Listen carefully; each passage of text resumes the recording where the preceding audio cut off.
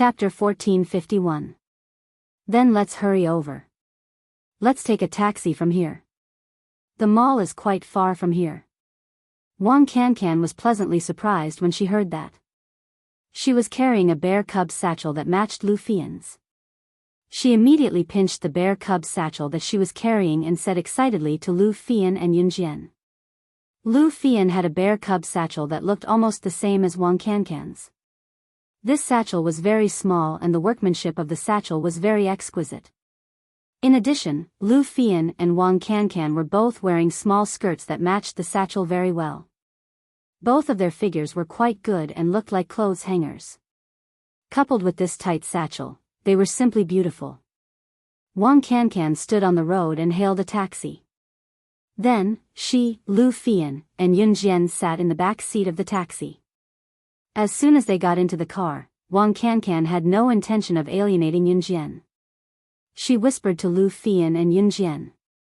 Although she was separated from Yunjian by Lu Fian, she still said to Yunjian through Lu Fian, "Trust me. Today, I'll definitely help you choose a gift that your mother will love. Haha. Look. This satchel matches our outfits very well, right? I chose this. Hee hee." Wang Cancan didn't mean anything else. Yunjian and Lu Fian hadn't seen each other for a long time. Similarly, Lu Fian would definitely have a new circle of friends.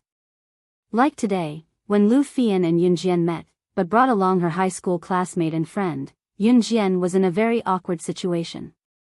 In a group of 3, there would always be one person who would be awkward, and that person was none other than Yunjian. Wang Cancan had experienced this feeling of being ridiculed before. She really couldn't bring herself to continue chatting with Lu Fian and then ridicule Yunjian. "It's very beautiful. I trust your judgment." Yunjian smiled back. Along the way, the 3 of them kept discussing their school life. In fact, Yunjian was the one who listened. Wang Cancan and Lu Fian kept chatting. Then, as they talked, they asked Yunjian a question. When Lu Fian mentioned to Wang Cancan that Yunjian was studying in the military academy, Wang Cancan's eyes lit up as he looked at Yunjian. Wang Cancan wanted to be a superwoman. The moment she heard that Yunjian was studying at a military academy, she was so excited that she stepped past Lu Fian and grabbed Yunjian's hand. "Yunjian, I've always admired soldiers who protect our country. Especially a girl like you who actually chose to go to a military school. I feel that this requires perseverance and courage. It's a very admirable move." Wang Cancan's actions made Yunjian smile softly, and she replied with 2 sentences. However, just as he said that, the taxi driver's words were heard. "We've arrived at the dynamic shopping center. The 3 little sisters can get off now." After paying the fare and alighting, Wang Cancan brought Yunjian and Lu Fian to a milk tea shop in the dynamic shopping center to buy milk tea. I took a look. The haunted house is in the basement of the dynamic shopping center. Should we go there first or pick a present for your mom first? Wang Cancan asked Yunjian from her seat. "Let's go to the haunted house first. Xiao Jian, are you okay with that? We don't have to carry the present for Auntie when we enter the haunted house. It'll be bad if we're too scared and break the present. What do you think, Xiao Jian?" Lu Fian asked for Yunjian's permission. "I'm fine with anything." Yunjian was not picky. Just as Yunjian said that, one of the teenagers sitting at the table next to the milk tea shop poked his head over to ask. "Hey, are you guys going to the haunted house in the basement of the dynamic shopping center too? I heard that it's super scary. It's the scariest hospital-themed haunted house in the history of the Guinness Book of Records. The haunted house's name is Wuxia Mental Hospital. There's a strict rule there. They say that girls must be accompanied by strong men. You 3 girls might be stopped if you go alone." Chapter 1452. It was true that Sichuan Medical Hospital was the scariest themed hospital in the history of Guinness World Records. The boy did not spout nonsense. It was obvious that he was here to hook up with Yunjian and the girls. So when he said this, the boy immediately changed his tune. We're going to the haunted house in the basement as well. Aren't you girls afraid to go alone? Why don't we team up and go together? The boys spoke to Yunjian and the girls in a roguish tone. Sichuan Medical Hospital had been in Longmen City for a week now. It was only a week's time. After a week, the people from Sichuan Medical Hospital would be leaving for the next haunted house location. Due to the reputation of Sichuan Medical Hospital and the fact that it was limited to 1,000 visitors per day, there were many who came from other places just to experience the scariest haunted house in the history of Guinness World Records. Therefore, not only did Longmen City's residents rush to Sichuan Medical Hospital, even people from other provinces came to visit. The place was packed every day. Just as the boy said that, Yunjian's cold voice rang. No need. Yunjian's reply made the boy's face freeze. The boy did not expect Yunjian to reject him so easily. The milk tea is here. Let's pack it up and take it away. There must be a lot of people queuing at the entrance of Sichuan Medical Hospital.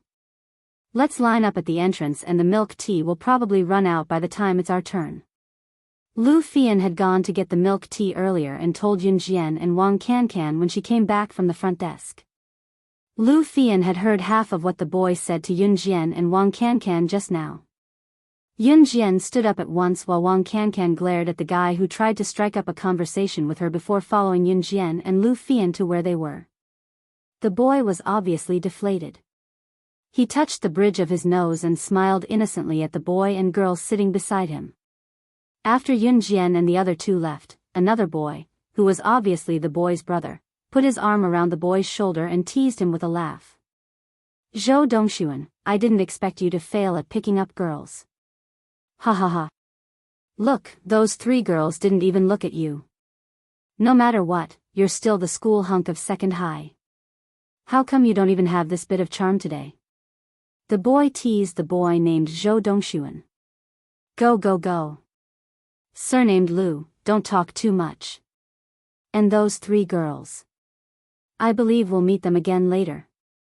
The boy named Zhou Dongshuan blinked his eyes and said expectantly. Yunjian and the other 2 had already arrived at the basement. Sichuan Medical Hospital had built the temporary office in the basement. The registration was done there, and there was a queue to get in. After buying the tickets and lining up, Wang Cancan and Lu Fian were both excited and scared. Sipping the milk tea in her hand, Wang Cancan said to Yunjian and Lu Fian, are you guys scared? Once I think about how we're going to enter the haunted house, my heart squeezes. Wang Cancan had just finished speaking when she saw Yunjian acting like it was none of her business. She paused and could not help asking in surprise, what's the matter? Aren't you scared? Sichuan Medical Hospital is the scariest hospital-themed haunted house in history. I heard that many people wet their pants inside. Scared? Why should I be scared? Yunjian looked at Wang Cancan and Lu Fian's nervous and scared faces and was confused. Because this is a haunted house. Little girl, if you're scared, don't hold it in. Scream when you need to. Young people, don't pretend to be calm. Chapter 1453. Even the auntie next to them could not stand it anymore. The auntie was holding the hand of her 12-year-old daughter because it was almost their turn to enter Sichuan Mental Hospital. She was already panicking enough, and now she heard Yunjian's casual words. The auntie had nowhere to vent her anger, so she used a voice that sounded like a nosy woman to scold Yunjian. However, Yunjian ignored her. We meet again. Haha. Ladies, looks like we are quite fated to meet again. When the line started to dwindle, a ruffian male voice came from behind them. The man's voice was ruffian, but Yunjian could recognize him from the voice. She did not even need to turn to know who the ruffian voice behind her, Lu Fian, and Wang Cancan belonged to. Wasn't this the voice of the man who had tried to flirt with them at the milk tea shop? Zhou Dongshuan looked at Yunjian's group happily. He did not expect to run into Yunjian's group again so soon. Regarding the fact that they were about to enter the haunted house, everyone present expressed their fear. However, as a man of honor, Zhou Dongshuan felt like he should act bravely before the girls. Especially in such a scary haunted house, if the girls were scared, they might even crawl into his arms. Just the thought of it was enough to make him excited. Therefore, Zhou Dongxuan started to flirt with Yun Jian's group even more. I'm not lying to you. The girls here really don't allow us to enter directly. Zhuochuan Mental Hospital is different from other haunted houses. It is the scariest haunted house in history with a hospital theme. I heard someone was scared to death here before. Therefore, the girls have to be accompanied by strong men. Zhou Dongxuan was not lying about that. Yun Jian had already seen it from the notice board in the distance. She pursed her lips. Then, can you bring us in with you? Just bring us in, and we'll split up once we're inside, Wang Cancan asked Zhou Dongxuan. Sure. We have 5 people here. The 3 of you can form a team and go in. Zhou Dongxuan said generously. At the same time, he glanced at Yun Jian. Yun Jian didn't say anything this time. Zhou Dongxuan was the school hunk of Longmen City's No. 2 high school. A guy like him who looked handsome to others was bound to be pursued by girls. For example, the 2 girls who had been following Zhou Dongxuan were Zhou Dongxuan's admirers. However, it was a pity that these 2 girls' looks were very ordinary. Usually, they relied on heavy makeup to support their looks and often mingled with Zhou Dongxuan's group. When walking outside to play, boys like Zhou Dongxuan, who had strong self-esteem, liked to bring 2 girls along at all times, even if they didn't like the girls. They only brought the girls because they could show off in front of the girls at any time.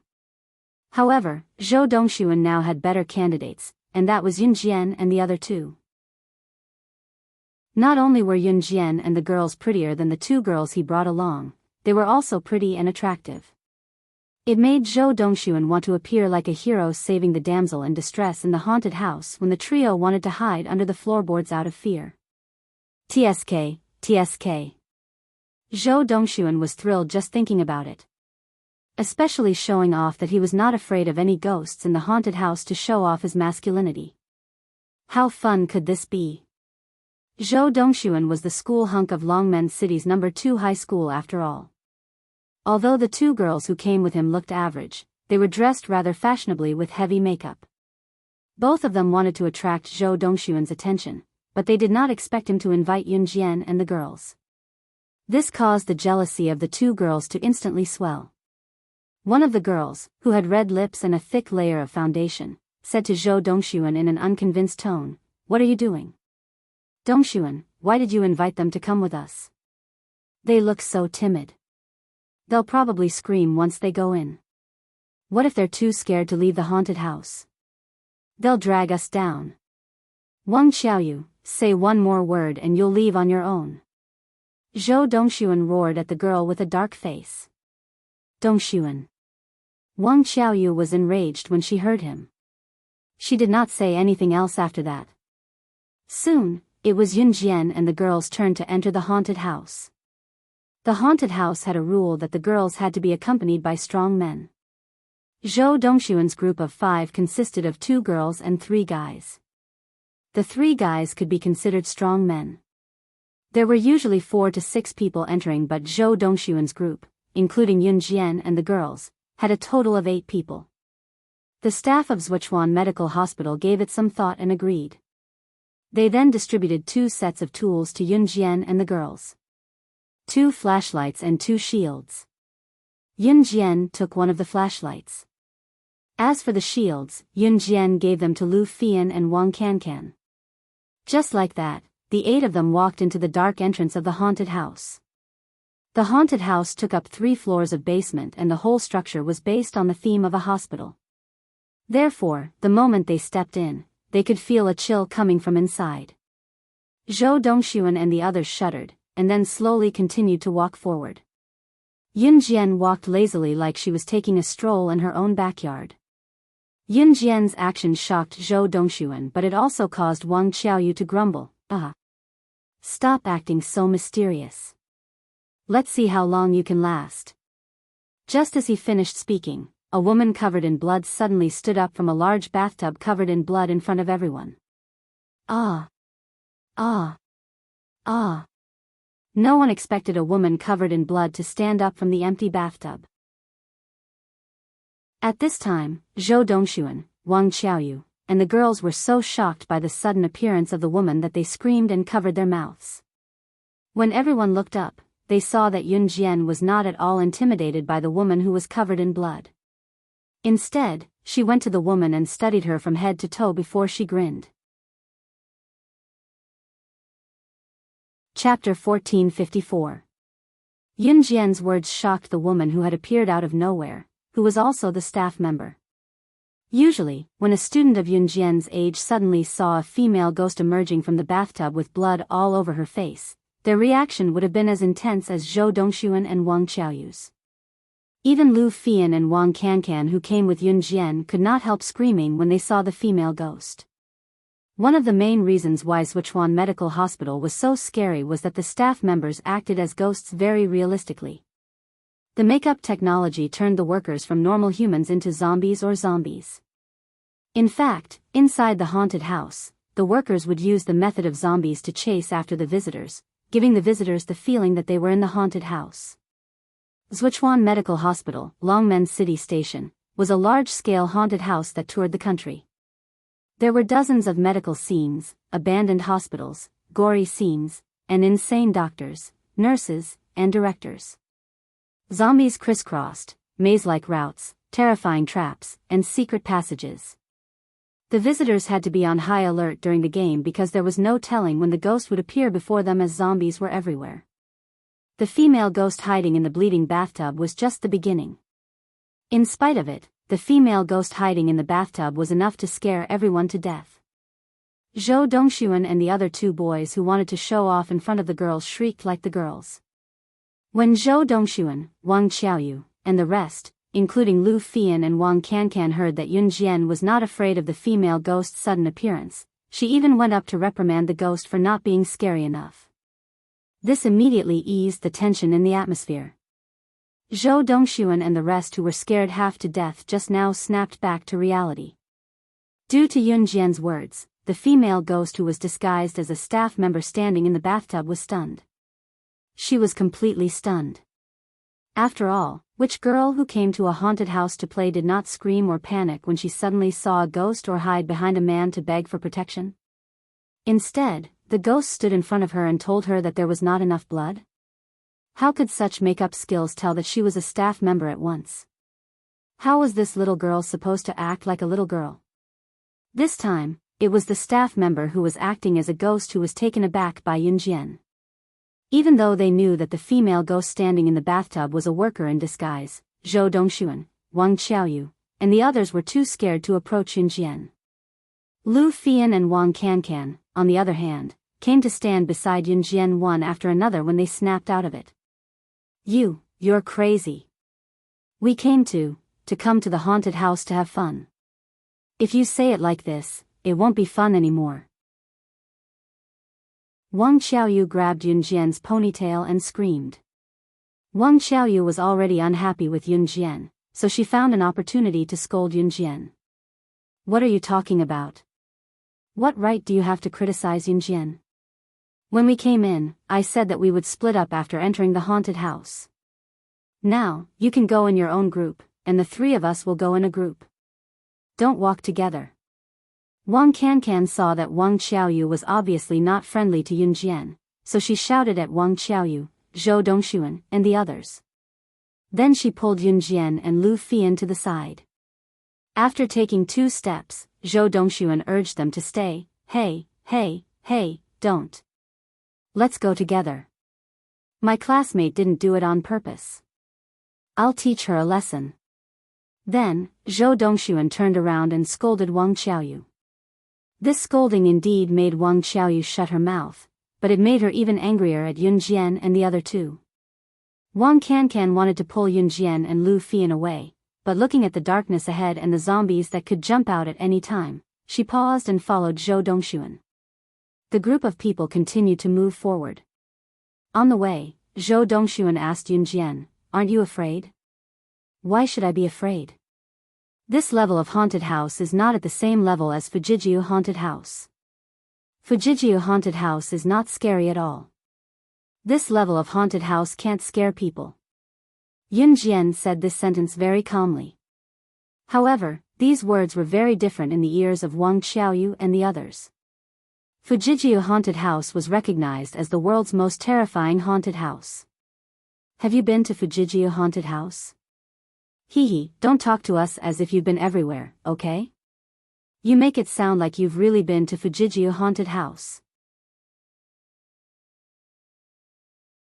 Chapter 1455. Wang Xiaoyu did not believe that Yun Jian had been to Fujijiu Haunted House. After all, it was widely acknowledged as the scariest haunted house in the world. Generally, to explore a large-scale haunted house like Fujijiu Haunted House, not only did one need wealth, but more importantly, courage.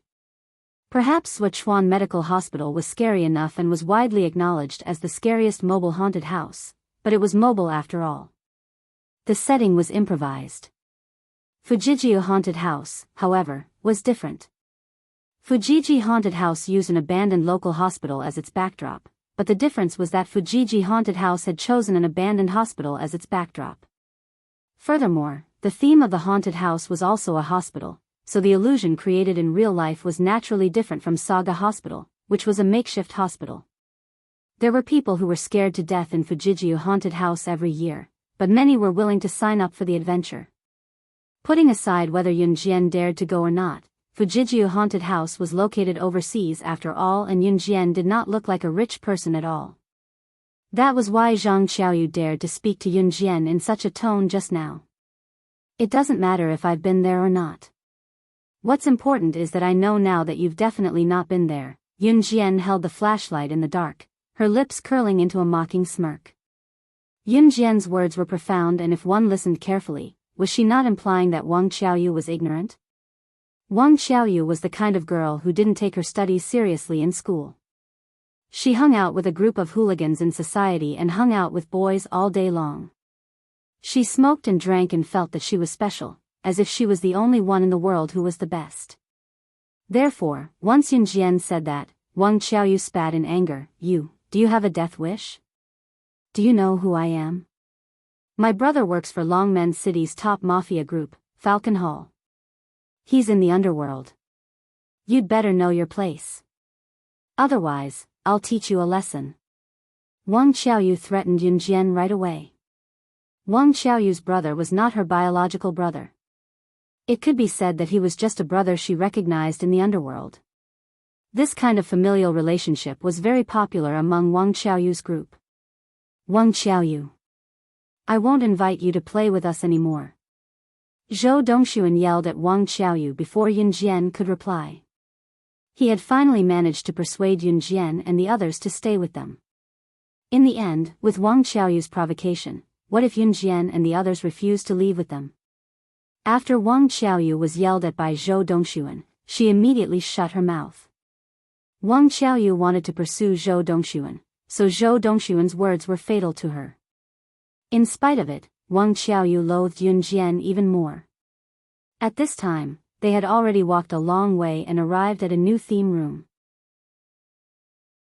The new theme room was a morgue. As soon as they arrived, Wang Xiaoyu and the others, who were still talking, immediately tensed up and didn't dare to go forward. Even though he knew that this was a haunted house, he was still afraid. 3 beds appeared in front of everyone. There were 3 people lying on the beds, and each of them was covered with a white cloth. The surrounding background was painted with horrifying images. Just the torchlight alone was enough to send chills down one's spine. The group stopped in their tracks in fright, not daring to go forward. Because no one knew what was lying on the 3 beds. In addition, there was no light here, so they could only rely on the torchlight to illuminate their surroundings. Go. Go, go, go. Follow me, Zhou Dongxuan said in a trembling voice. He looked to the side and told Yun Jian, don't be scared, just follow me. She was gone when he turned around. She. Wang Xiaoyu's exclamation came from the side. Chapter 1456. Normal girls dared not linger in a haunted house's morgue for too long. Some girls would even clutch their boyfriend's clothes tightly and bury their heads in their boyfriend's arms, crying coquettishly, "It's too scary. Sob sob sob, I don't want to come to this haunted house anymore." What about Yunjian? Zhou Dongxuan, Wang Qiaoyu, and the others did not even dare to move forward out of fear, but Yunjian was different. She walked over and lifted the white cloth without a word. Usually, the scariest thing when passing by a morgue was the 3 beds where the corpses, under the white cloth, suddenly came alive. The sense of terror tugged at everyone's heartstrings, enough to scare them out of their wits. Not only was Yunjian unafraid, she walked over and lifted the white cloth herself. This scene caused Wang Qiaoyu to let out a loud "ah." Even Zhou Dongxuan's face fell from the shock. What lay under the white cloth was a crazed zombie. It was obvious that any living ghost in a haunted house was disguised by the staff. In spite of it, this zombie's disguise was surprisingly realistic. Not only was the makeup realistic, the face was as pale as a dead person's and its eyes were bulging. Just looking at it was enough to send chills down one's spine. Hiss. Hiss. What was even scarier was that it was growling like a zombie. Ah. Ah. Zombie. It's a zombie. Wang Qiaoyu was so scared that she clutched her dress tightly. She took 2 steps back and almost fell onto Zhou Dongxuan. The moment Yunjian lifted the white cloth, the zombie lunged at Yunjian and growled in terror. Even Zhou Dongxuan was pale from fright. His foot froze on the spot, even his plan to save the damsel in distress was tossed to the back of his mind. Ah! Xiao Jian. Lu Fian and Wang Cancan, on the other hand, forgot that they were in a haunted house after Lu Fian's shout. Perhaps it was because the zombie's acting was too realistic, the 2 of them did not think twice and rushed towards Yunjian, trying to save Yunjian. That zombie was obviously a staff member in disguise, but it was so realistic that everyone present believed that it was a real zombie. At least, Lu Fian and Wang Cancan really thought they had seen a ghost. They had forgotten that they were inside a haunted house and were focused on saving Yunjian. Seeing this, Yunjian only slightly narrowed her eyes. Be careful. Zhou Dongxuan really wanted to rush up and save the damsel in distress, but he didn't dare. It was as if his foot was fixed in place with glue, and he couldn't lift it up. He could only blame this zombie for being too realistic. He even felt scared when he looked directly at this zombie, not to mention rushing up to save the damsel in distress. The series of events happened in a short 5 seconds. Far away, where everyone could see, just as Yunjian lifted the white cloth, the zombie pounced on Yunjian. The scene shocked everyone present. In spite of it, something even more shocking happened. Just as the zombie was about to pounce on Yunjian, Yunjian reached out and grabbed the zombie's collar accurately without even looking up, yanking the zombie to the side forcefully. The zombie fell to the ground after being pulled by Yunjian and quickly got up, looking at Yunjian as if she was a ghost before running away. He didn't need to look to know that the zombie was male. Needless to say, this male was a staff member. In the end, Yunjian was so strong that she pulled the male staff to the side. More importantly, they heard from others that it was the zombies that chased them when they entered the haunted house. Why was it that Yunjian was the one who scared the zombies away? Chapter 1457. Xiao Jian. LV Fian and Wang Cancan had already reached Yunjian. LV Fian grabbed Yunjian's hand and shouted, "Are you okay? Why would the zombies in the haunted house attack people? Why haven't I heard of it before?" Wang Cancan asked in surprise as she stood beside Yunjian.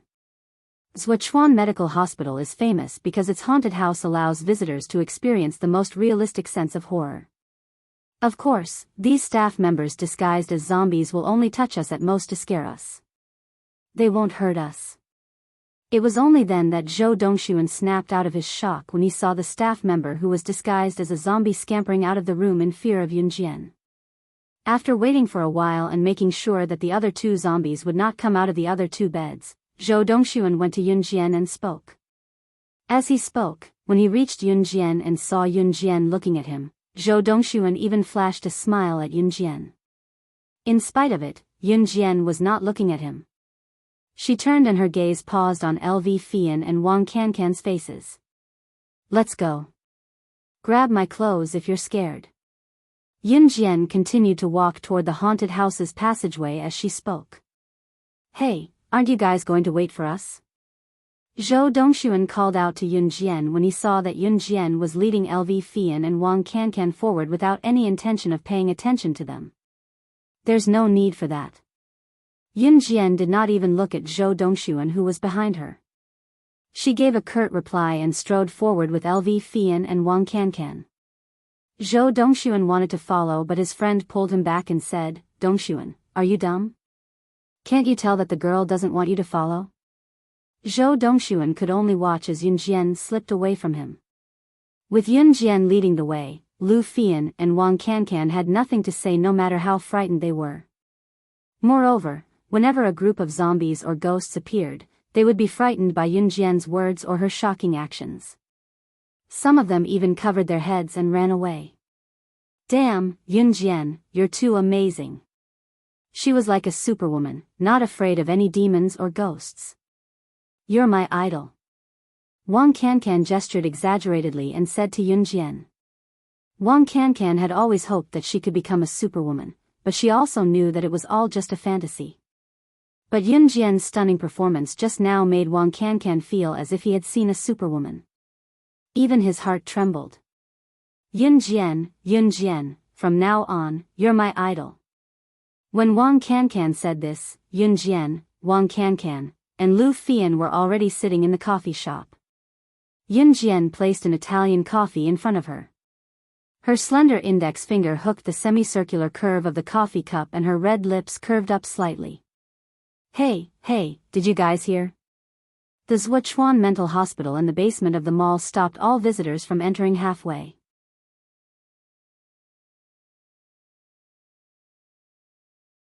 Chapter 1458.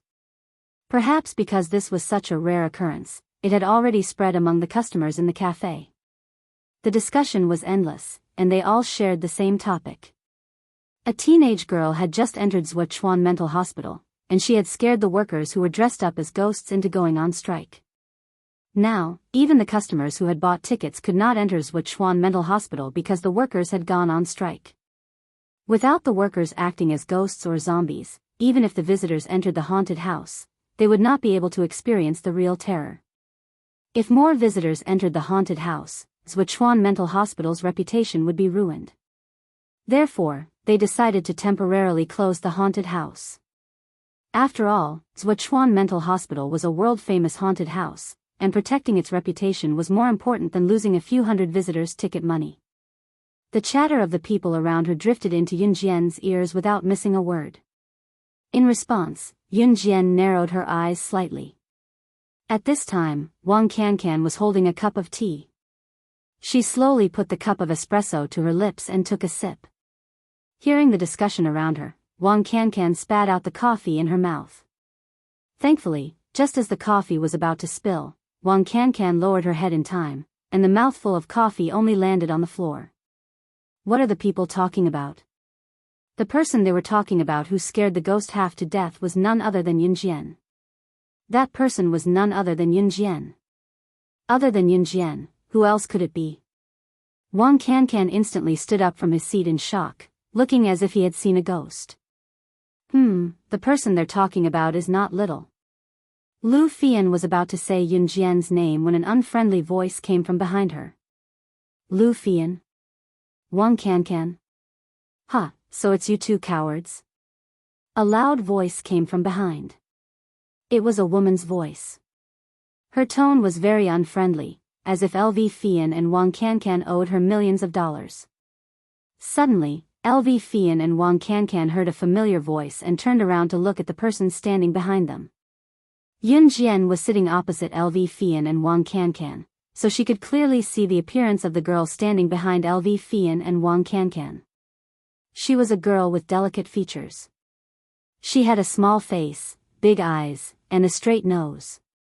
No matter how you looked at her, her facial features were very three-dimensional.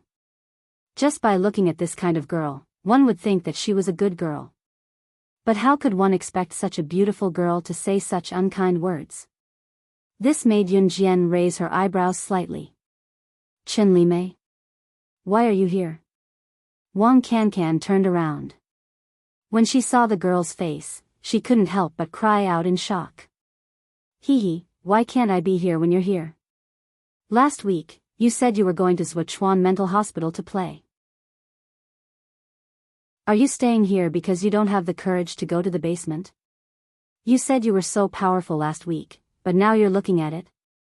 Are your legs already shaking before you even enter?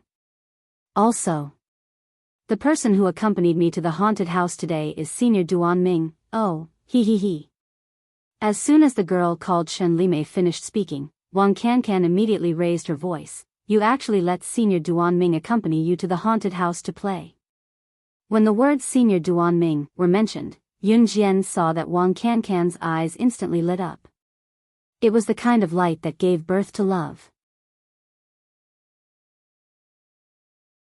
Chapter 1459. Chen Limei was Wang Cancan and Lu Fian's classmate.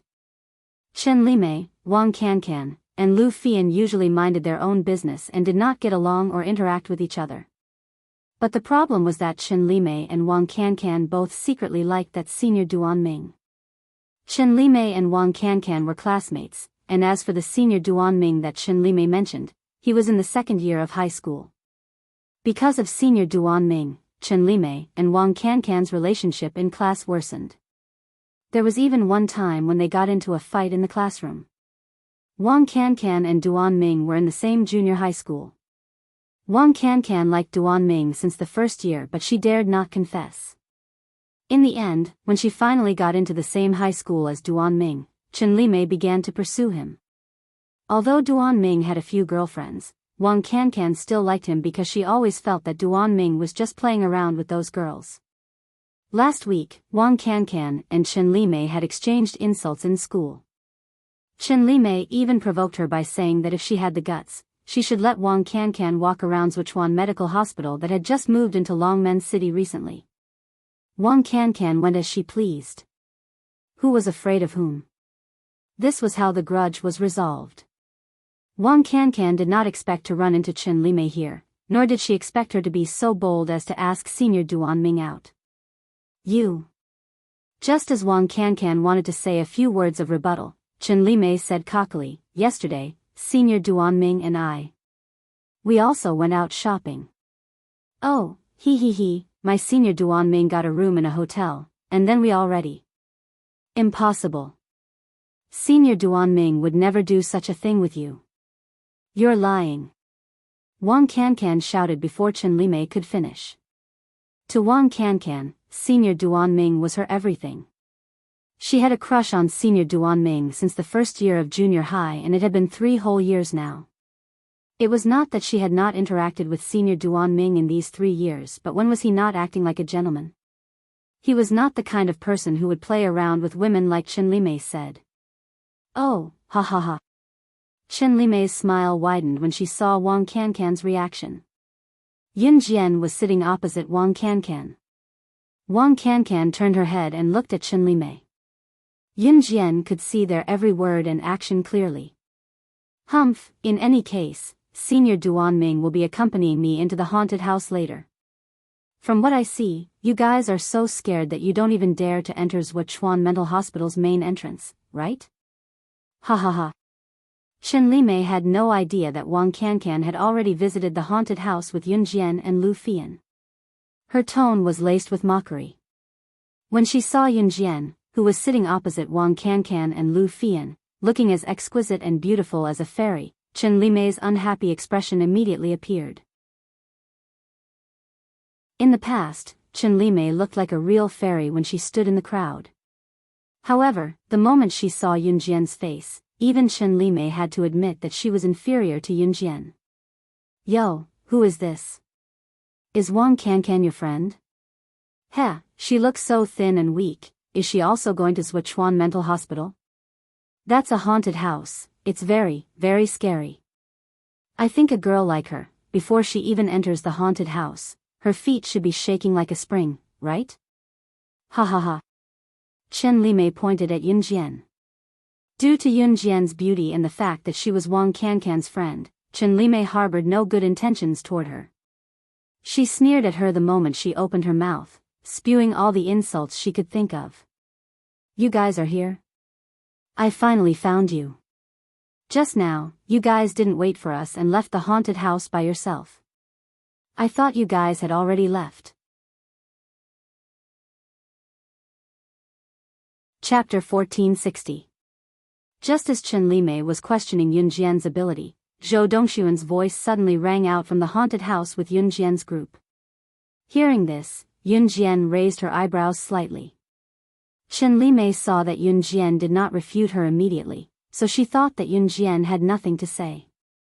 Yunjian was afraid of entering the haunted house. There was no mistake about that. However, Chen Limei had miscalculated, completely miscalculated. When Zhou Dongxuan's voice rang out, Chen Limei was still confused.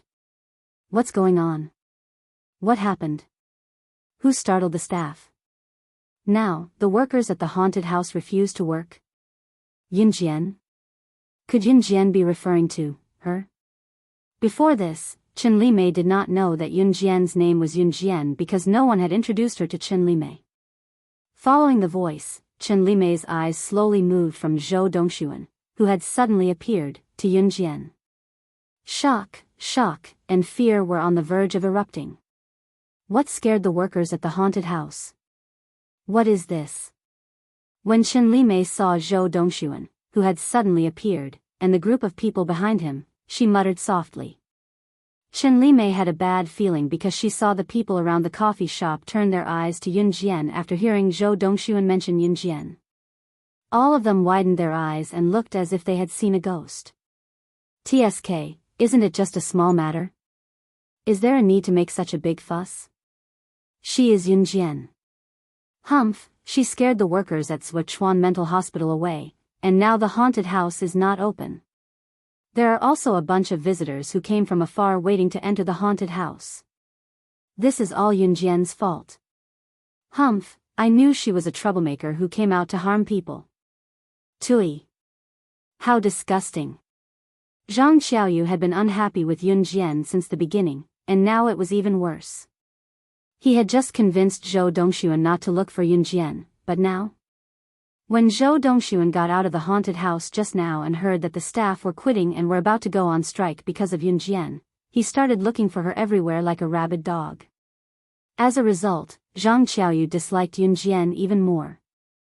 Seeing that Chen Limei was asking about what had happened just now, Zhang Xiaoyu was the first to stand up and say it. Her tone was strange, and she said it purely to make Chen Limei hate Yunjian. Chen Limei had just said that Yunjian was too cowardly to even go to a haunted house. Hearing Wang Qiaoyu's words, Chen Limei felt nothing but shock and fear. What? She actually entered a haunted house and scared the workers to the point that they went on strike? Are you joking? Isn't Sichuan Medical Hospital the scariest themed hospital in the history of the Guinness Book of Records? How could she be the one who scared the workers to the point that they went on strike? Shouldn't it be the workers disguised as ghosts who scared her to death? Chen Limei was already rooted to the spot, looking no different from an idiot who was in a daze. The people around the coffee shop were stunned as well, especially those who were gossiping about Yunjian just now. Wang Qiaoyu did not expect that not only did her words fail to make Yunjian hated, the people around her were instead in an uproar about her capabilities. Wang Qiaoyu was annoyed. She was about to speak when she saw a man in torn pants and a trendy golden top that looked like it could blind one's eyes coming in. The man was in his early 20s, but his hair was dyed a golden mohawk that was so bright it could blind one's eyes. Wang Qiaoyu's eyes shone when she saw the man. She quickly waved at the man and called out, "Brother." This was her brother, the one who worked under Longmen City's top mafia group, Falcon Hall. He was also Wang Qiaoyu's pride. Chapter 1461. Wang Qiaoyu felt that even the breath coming out of her nostrils had become noble. Wang Xiaoyu raised the phone in her hand up high and raised her hand at the man who had just entered the cafe. She shook the phone in her hand twice. "Brother. I'm here." With this shout, everyone in the coffee shop looked over. Feeling this kind of attention, Wang Xiaoyu was not shy at all. Instead, she raised her eyes and looked at the man with a golden mohawk hairstyle very proudly. The man with the golden mohawk hairstyle walked like a hooligan. Every step he took made him look like a hooligan teasing a beauty.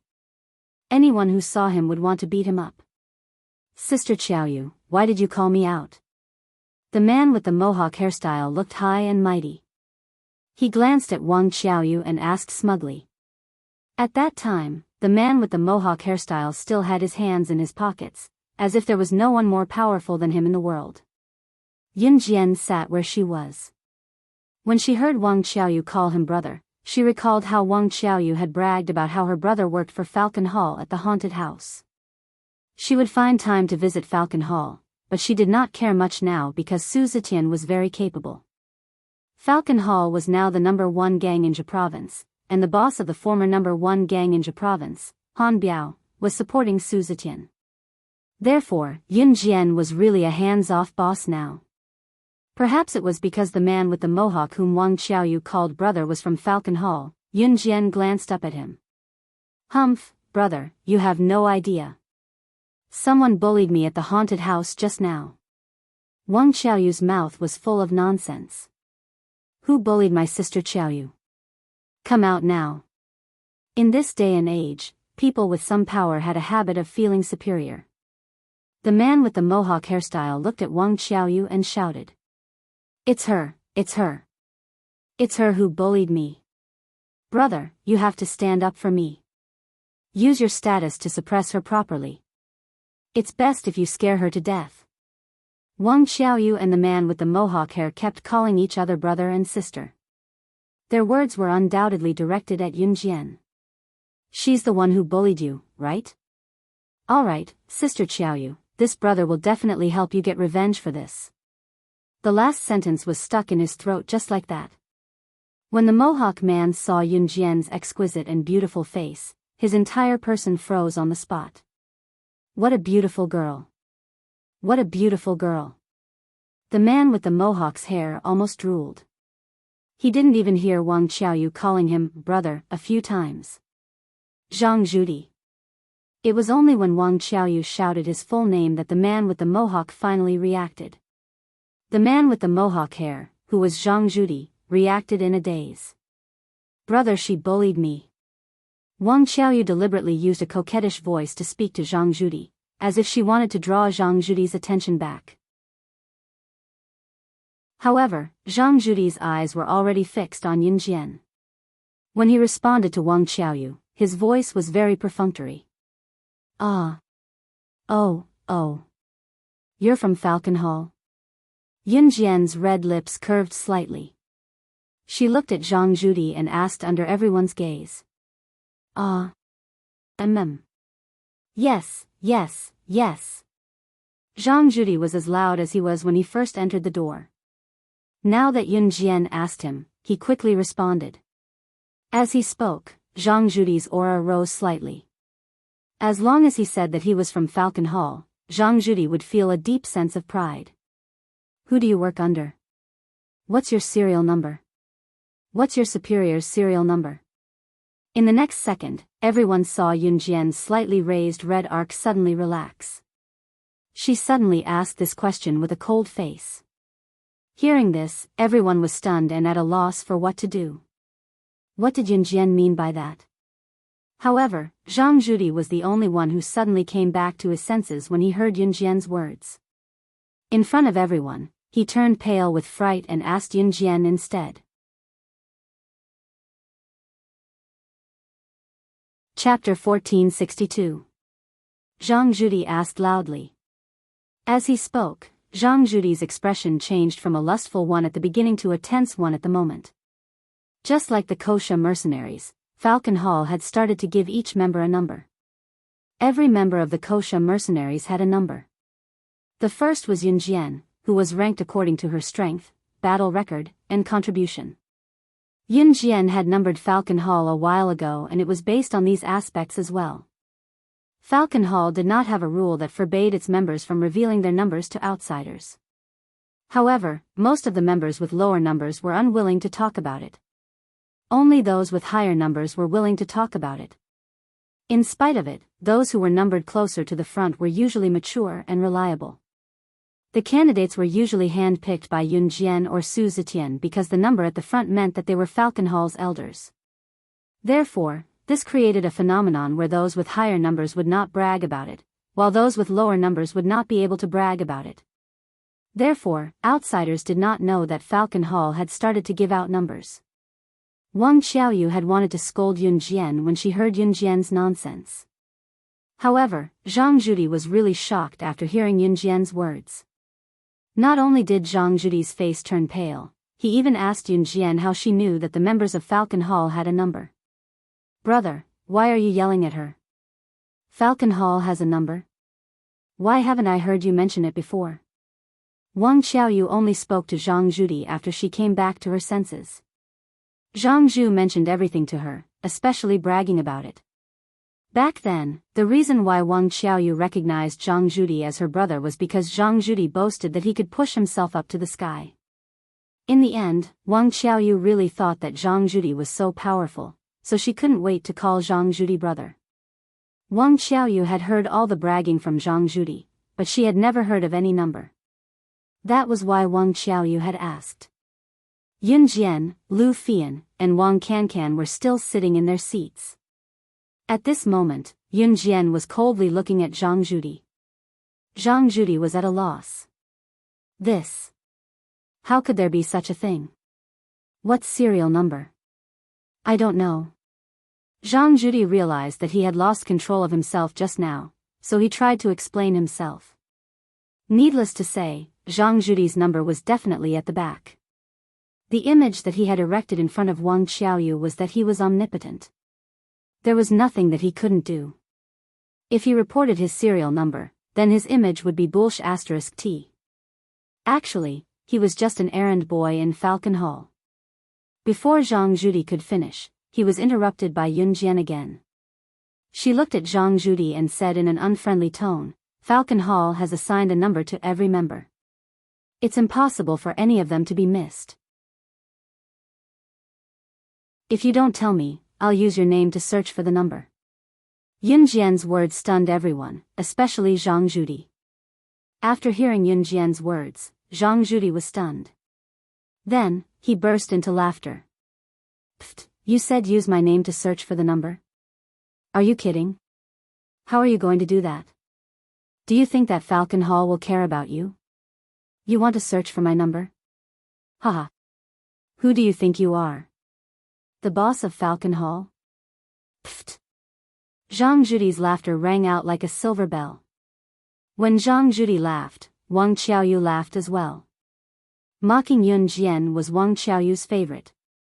The mocking laughter did not seem to affect Yun Jian at all. Yun Jian picked up her phone and dialed the landline of Falcon Hall's headquarters.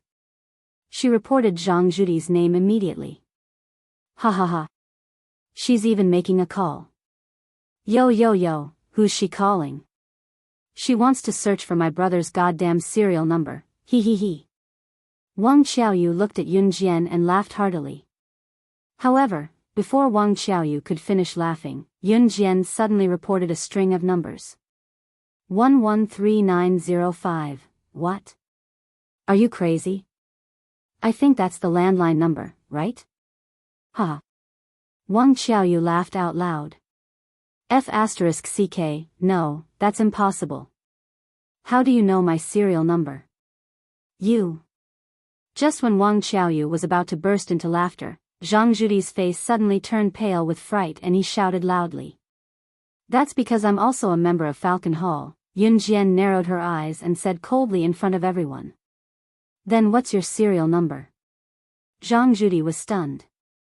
He asked Yun Jian in return, as if to confirm Yun Jian's voice. Chapter 1463. Zhang Zhudi was already shocked when he heard Yun Jian say his serial number.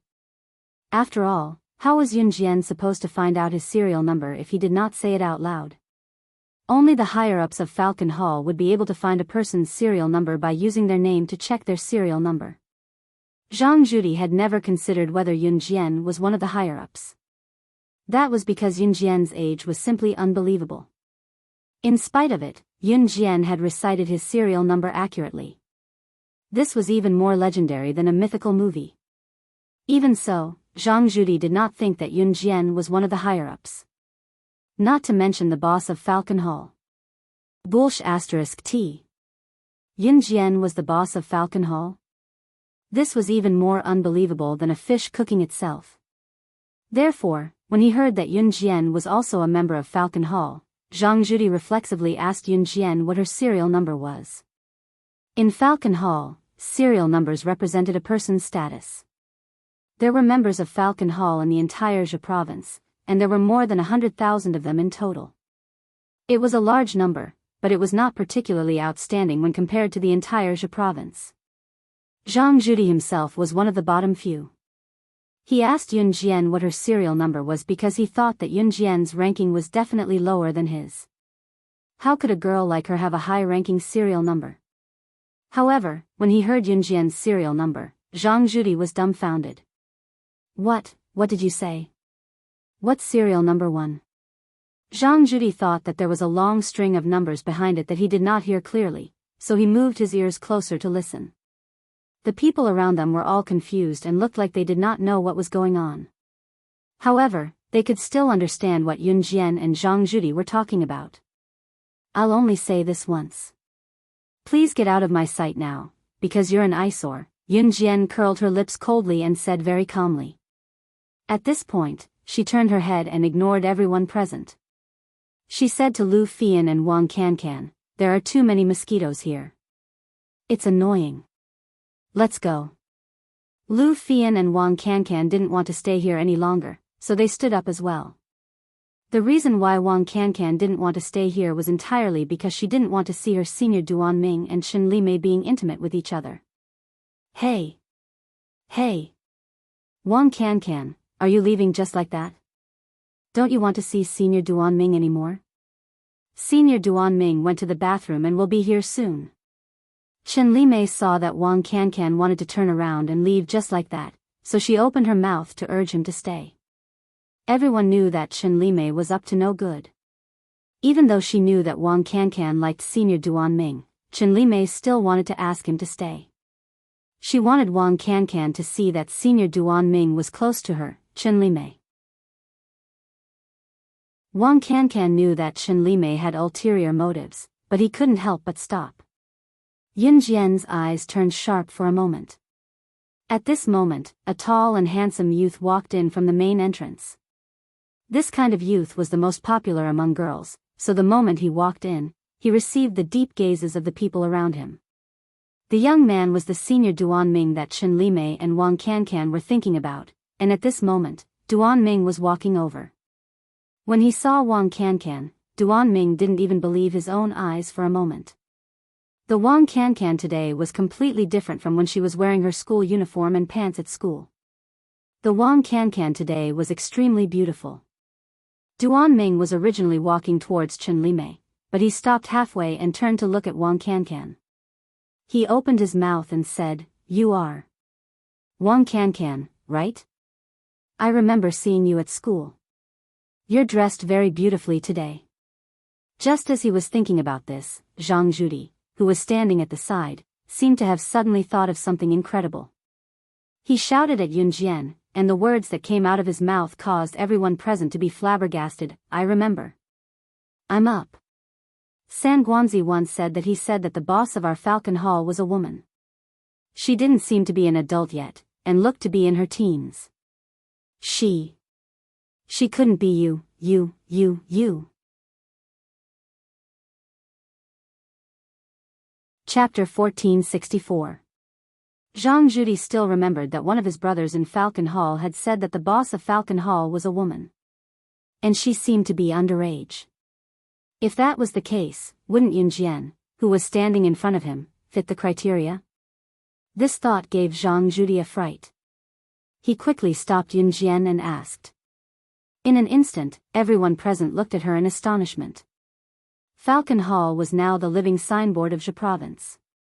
As long as one was in Jia province, they would know about Falcon Hall.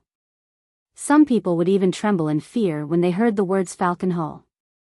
But what did Zhang Zhudi say? He said that Yun Jian was the boss of Falcon Hall? Brother, what kind of joke is this?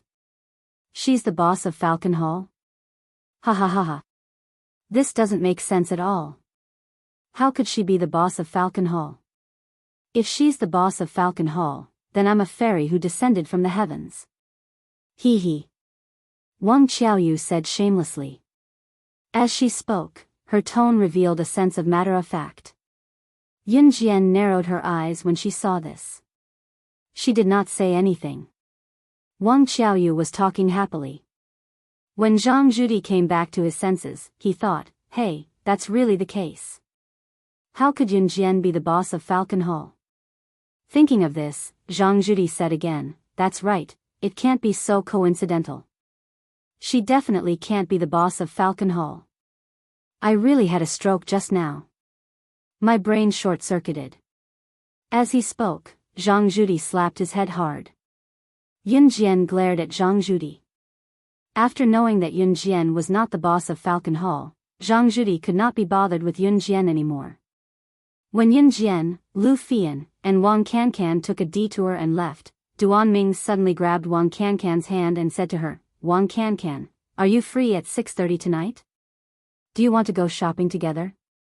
Duan Ming's words were like a great joy from the heavens, causing Wang Cancan's face to instantly fill with a smile. Senior. Can I really go shopping with you? Wang Cancan panicked in front of Duan Ming. He was completely flustered, and had completely lost his hands and feet. Therefore, when Duan Ming invited her, Wang Cancan was completely dumbfounded. Of course, I'm honored. Duan Ming revealed a very gentle smile. This smile almost made Wang Cancan stand in place, unable to react for a long time. What are you looking at? Your senior Duan Ming has already gone far away. Lu Fian laid on Wang Cancan's body and muttered softly. Hee hee, I didn't notice. Wang Cancan smiled brightly. Yun Jian just smiled slightly. In the end, the three of them went to the shopping mall to pick out a gift for Qin Yiru. Wang Cancan had a good eye for choosing birthday gifts. After picking and choosing, in the end, Wang Cancan helped Yun Jian choose an exquisite apron for Qin Yiru. The reason why he gave her an apron was because Wang Cancan heard from Yun Jian that Qin Yiru was currently working in a flower shop. When working in a flower shop, Qin Yiru would usually use an apron, because wearing an apron when trimming flowers and plants would not dirty her clothes. Although the flower shop had its own apron, the apron that his daughter gave him was different from the original apron of the flower shop. Furthermore, Qin Yiru did not lack anything right now, so giving her a birthday gift was also a kind gesture. Yun Jian listened to Wang Cancan and chose an apron that was more suitable for Qin Yiru's temperament. She even found someone to wrap it up in 3 layers. This was the first time Yun Jian had bought a gift and wrapped it up in 3 layers. I owe you a favor. If you have anything in the future, you can ask me. I can help you within the scope of the conditions. Yun Jian said to Wang Cancan with one hand holding the gift. Helping her choose a birthday gift for Qin Yiru was a great kindness to Yun Jian. This was because she didn't know what to give. She had never done this before. We're friends from now on. There's no need to be like this between friends, haha. Wang Cancan was very generous as he spoke to Yun Jian.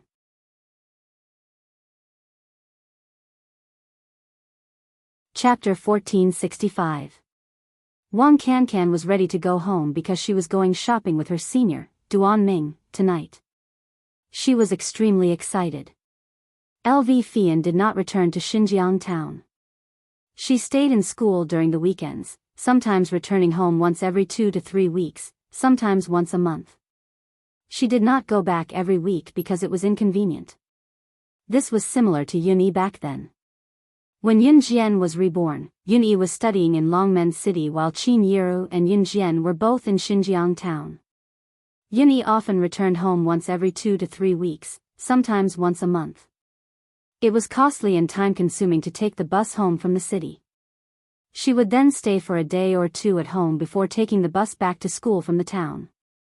It was troublesome, so students who usually stayed in the town would not be too hard-working when they returned home.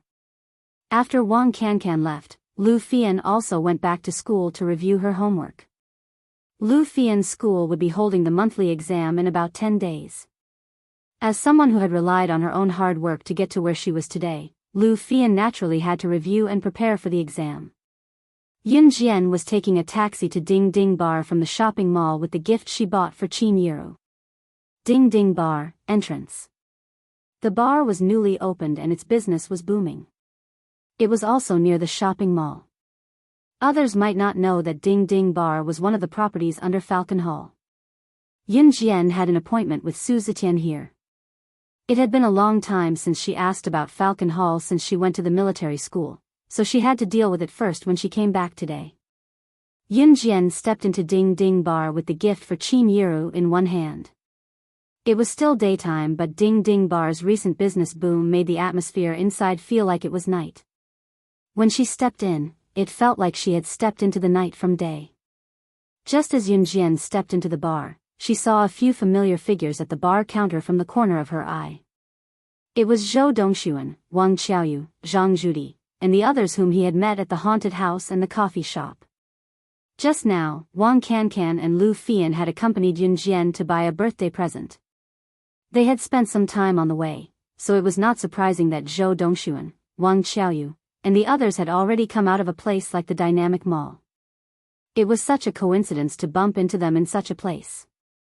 Yun Jian was just about to sidestep the few people at the bar and take a detour, but Zhou Dongxuan's eyes lit up. He was the first to notice Yun Jian. "Why are you here?" As he spoke, Wang Qiaoyu, who was beside him, was very unhappy. "Why are you always haunting me? You'll follow us wherever we go. How shameless. As a girl, I think you don't even have the modesty of a girl." Wang Qiaoyu felt that Yun Jian had deliberately followed them, so she immediately yelled at Yun Jian. "Sis Qiaoyu, don't make a ruckus here. This is Falcon Hall's territory. You'll be arrested by them if you shout like this." "Even I can't save you then," Zhang Zhudi told Wang Qiaoyu. Okay, gu, I know." Wang Qiaoyu turned to Zhang Zhudi and told him obediently before turning back to whisper to Yun Jian. "I say, don't tell me you're a prostitute here. Heh, you're really shameless." Wang Qiaoyu was about to say something when a middle-aged man walked over from the side. The middle-aged man was Duan Lei. When he came to Yun Jian, he called out respectfully, "Sister Jian, Boss Su has been waiting for you for a long time. Go on in." Yun Jian hummed in acknowledgement and left Wang Qiaoyu, Zhang Zhudi, and the others who were eating like crazy. Zhang Zhudi obviously knew Duan Lei. Looking at him, he asked fearfully, "Elder Duan Lei, could the girl who went in just now be? Could it be, don't say things you shouldn't say. Who she is isn't something you can know." Duan Lei glanced at Zhang Zhudi and hinted. These words almost caused Zhang Zhudi to cry out in surprise. So, she was. Chapter 1466. Zhang Zhudi almost cried out on the spot, but in the end, he forcefully suppressed the fear in his heart. When Yun Jian told him her ranking in Falcon Hall, Zhang Zhudi did not believe her at all. After all, Yun Jian's number was too unbelievable. She did not say 1 followed by a series of numbers, but 1, just 1. Falcon Hall's ranking was arranged from the strongest to the weakest, from the beginning to the end. Since Yun Jian said 1, she could only be the boss of Falcon Hall. That was why Zhang Zhudi did not believe that Yun Jian was ranked number 1 in Falcon Hall. But who was Duan Lei? In Falcon Hall, other than the boss, only Su Zetian could be ranked below him. Then, it would be Han Biyao, the former leader of Zhe Province's number 1 gang. Then, it would be Duan Lei. Who was Duan Lei? His words carried a lot of weight in Falcon Hall. Some time ago, when Su Zetian was seriously injured after being assassinated, Duan Lei took over Su Zetian's position and managed Falcon Hall for a long time. In Falcon Hall, Duan Lei was considered an elder. Some time ago, Yun Jian had made a huge adjustment in Falcon Hall. She changed Falcon Hall's management and ranking to that of the Kosha mercenaries.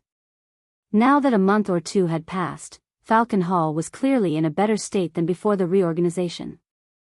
Zhang Judi was the only one who knew the fear in his heart. When Duan Lei disappeared from Zhang Judi and the other sight, Wang Qiaoyu's reckless words rang again.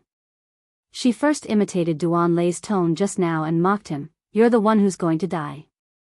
Don't say things you shouldn't say. You don't have the right to know who she is." Wang Qiaoyu even shook her body as she imitated Duan Lei's words. Then, she laughed out loud and mocked him. "Pfft, who does he think he is? I think that woman came to this kind of place to sell herself. She's a prostitute, but she still wants to maintain her chastity. I bet that man just now is her patron. What's there to be proud of? Brother, don't you think so?" As Wang Qiaoyu spoke, she turned to look at Zhang Judi. But just as Wang Qiaoyu said this, Zhang Judi roared, Right, your sister. Don't come looking for me again. Troublemaker." When Zhang Judi thought about how he had almost offended Yun Jian because of Wang Qiaoyu, he was so angry that he almost wanted to slap Wang Qiaoyu. Brother? How can you do this to me because of her?" Wang Qiaoyu knew Zhang Judi, but until today, she had never seen him so angry. She wanted to stop Zhang Judi, who was about to walk to the door, from leaving. She even reached out her hand to stop him, but Zhang Judi threw her to the ground. "Get lost. Don't call me brother so intimately. I'm not your biological brother, so don't try to get close to me. You've killed me. Damn it." Zhang Judi now even had the heart to kill Wang Qiaoyu. He turned around and roared back at her, then continued to walk forward, intending to leave. "May I ask, can you tell us what happened to make you so agitated all of a sudden? I think we can talk about it slowly after we calm down." When Zhou Dongxuan saw that Yun Jian was involved in this, he was eager to know the reason. "Slowly? What else do we have to talk about? What's there to talk about? Do you know who you've offended?" Her. She's Falcon Hall's boss. That man just now is Falcon Hall's elder, Duan Lei. How can Elder Duan Lei's words be false? Get away from me, all of you. I don't want to see you anymore. Appalling. Zhang Judi ran off immediately after that, leaving Zhou Dongxuan, Wang Qiaoyu, and the rest who were dumbfounded. What did Zhang Judi say? Yun Jian was Falcon Hall's boss? The terrifying woman who had led Falcon Hall from the top mafia group in Longmen City to the top Anja province within half a year was her?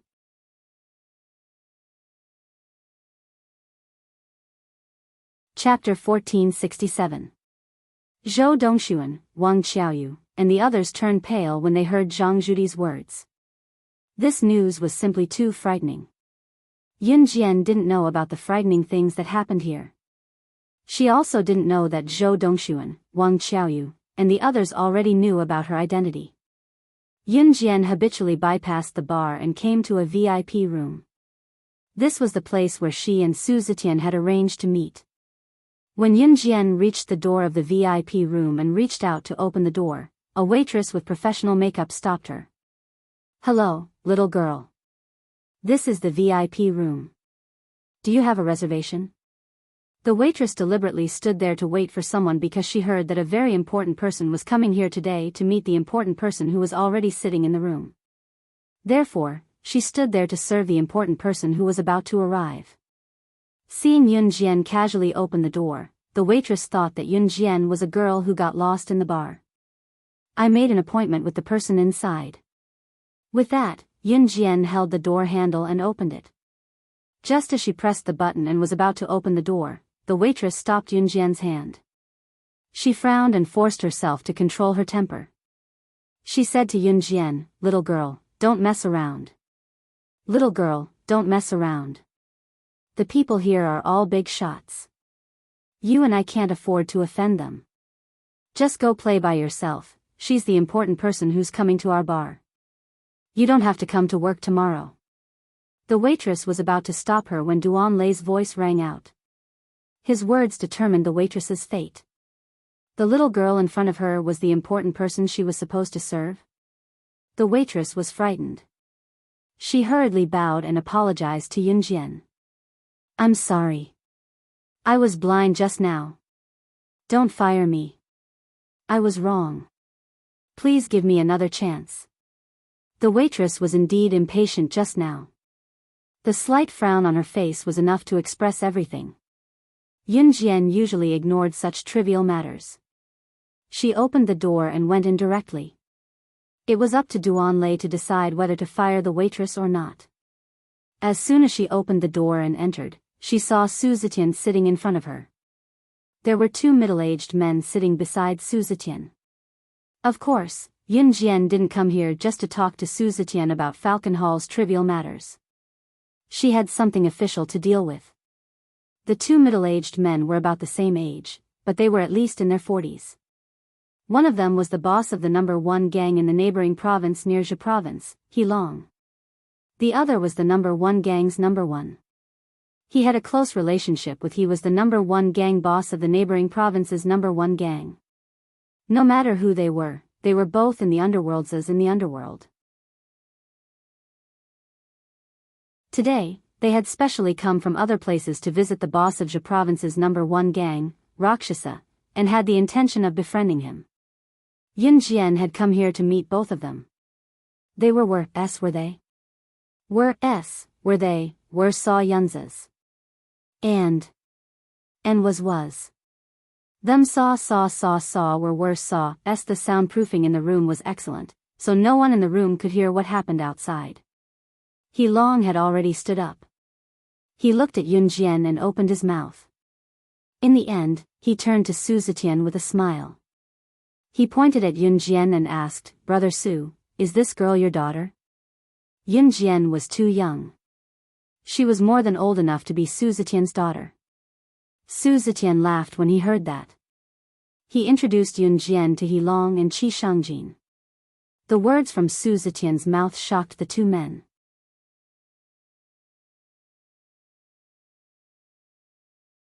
Chapter 1468. Heilong and Qi Shangjin's expressions changed immediately after Su Zetian introduced Yunjian. What?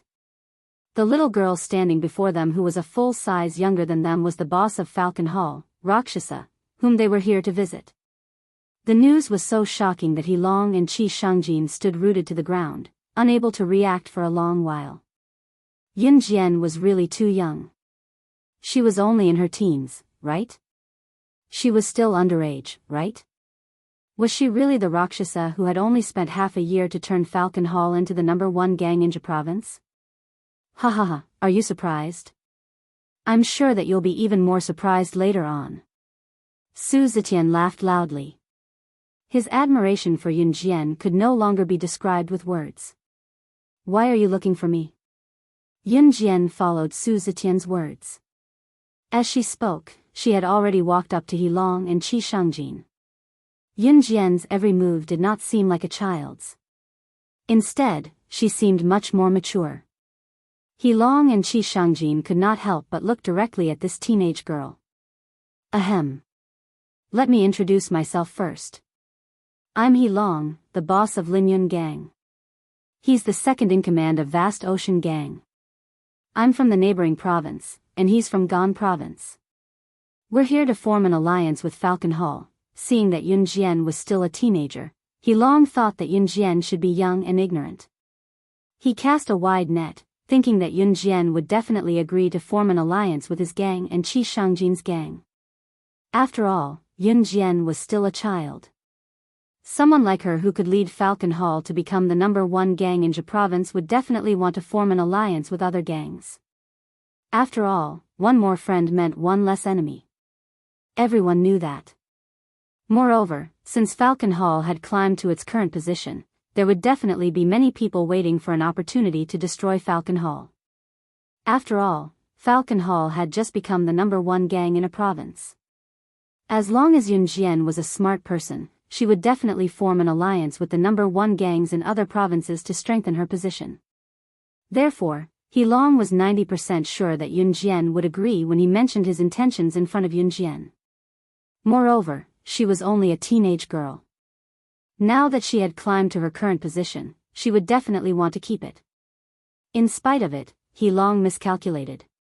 After He Long stated his purpose, Yun Jian rejected him directly. Falcon Hall won't form an alliance with any gangs in any form. Why? He Long asked as he looked at Yun Jian in shock. Yun Jian had already made her way to an empty leather sofa in the room and plopped herself down lazily. Crossing her legs, she narrowed her eyes as a sharp glint flashed across them. Qi Shangjin had the same question as He Long. The sect that He Long and Qi Shangjin were in had the same status as Falcon Hall. They were both the top sects in their respective provinces. Logically speaking, Yun Jian should have agreed to their requests in a hurry. After all, an alliance between the #1 gangs was beneficial to both parties. Especially a girl like Yun Jian. She was so young. Shouldn't she be inexperienced? With such benefits, shouldn't she have decisively agreed to it? Just as He Long and Qi Shangjin were puzzled, Yun Jian's next words overturned their understanding and shocked them like never before. I only accept gangs that want to join Falcon Hall. Yun Jian paused at this point, then continued arrogantly, of course, you can choose not to join me, but I believe that I will forcefully take all of your gangs under my banner in the near future. Arrogant. Arrogant. That was the first impression that Yun Jian gave to He Long and Qi Shangjin.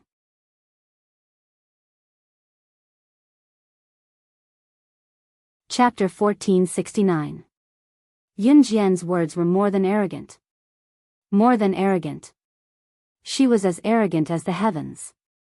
Everyone present was stunned by her arrogant words and aura. Even Su Zetian was shaken. Back then, Yun Jian had taken away Su Zetian's Dragon Head Gang and renamed it Falcon Hall. A long time ago, Su Zetian had invited Yun Jian to join Dragon Head Gang, but Yun Jian wanted the entire gang. The scene just now overlapped with the one from a long time ago. What did not change was that Yun Jian was still as arrogant as ever.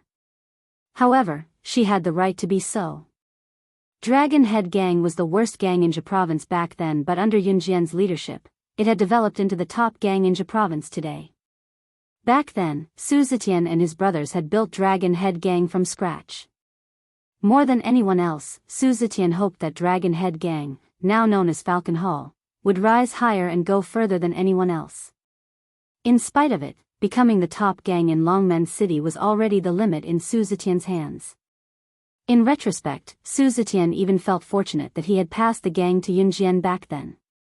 Otherwise, there was no doubt that it would have been difficult for Dragon Head Gang to maintain its position as Longmen City's top gang, let alone become the top gang in Jia Province. Su Zetian had experienced it firsthand, hence, he chose to believe in Yun Jian. However, He Long and Qi Shangjin were different. Both of them had come here with the intention of forming an alliance. What about Yun Jian? She said no to forming an alliance. That aside, she even wanted to annex all the gangs. That was a fool's dream. Hence, He Long's expression darkened as he warned Yun Jian in a dark tone. Young man, I recognize you as Falcon Hall's boss. You've led Falcon Hall to become the top gang in Jia Province. It wasn't easy and you're quite capable. However, you're still young. You're not as experienced or farsighted as we are. Don't expect too much at such a young age. Falcon Hall is powerful, but it's not powerful enough to annex all of us. You're so young yet you speak so arrogantly. You must know that there's always someone better out there. One must know when to advance and when to retreat. Don't think too highly of yourself. I'd like to see if we're still no match for a mere Falcon Hall if all of us work together. He Long's expression immediately darkened. Yun Jian had said that one day, she would forcefully take all the gangs under her banner. He Long knew that the alliance was definitely not going to work out.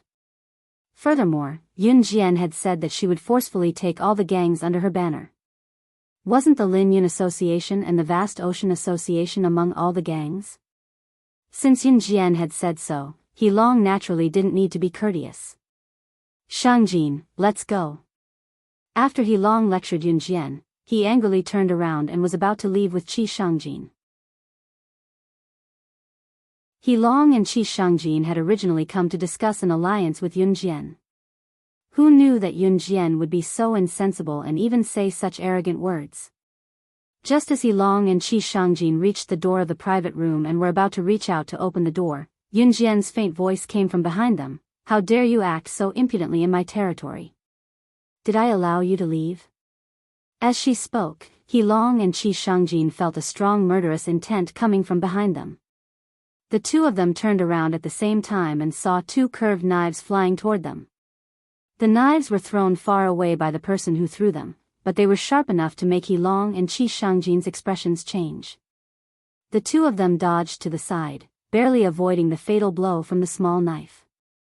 However, because their reaction speed was not fast enough, He Long and Qi Shangjin's single-handed arms were ruthlessly cut by the knife, causing them to bleed. When the two of them reacted, their eyes widened as they looked at Yun Jian, who was still sitting on the sofa. Just throwing two knives was enough to injure the two of them. They wouldn't even be able to dodge them. What kind of speed was that? For a moment, He Long and Qi Shangjin's expressions changed drastically. If their senses weren't wrong, Yun Jian hadn't used her full strength. If Yun Jian used her full strength, the two of them might not even be able to survive one of her knives.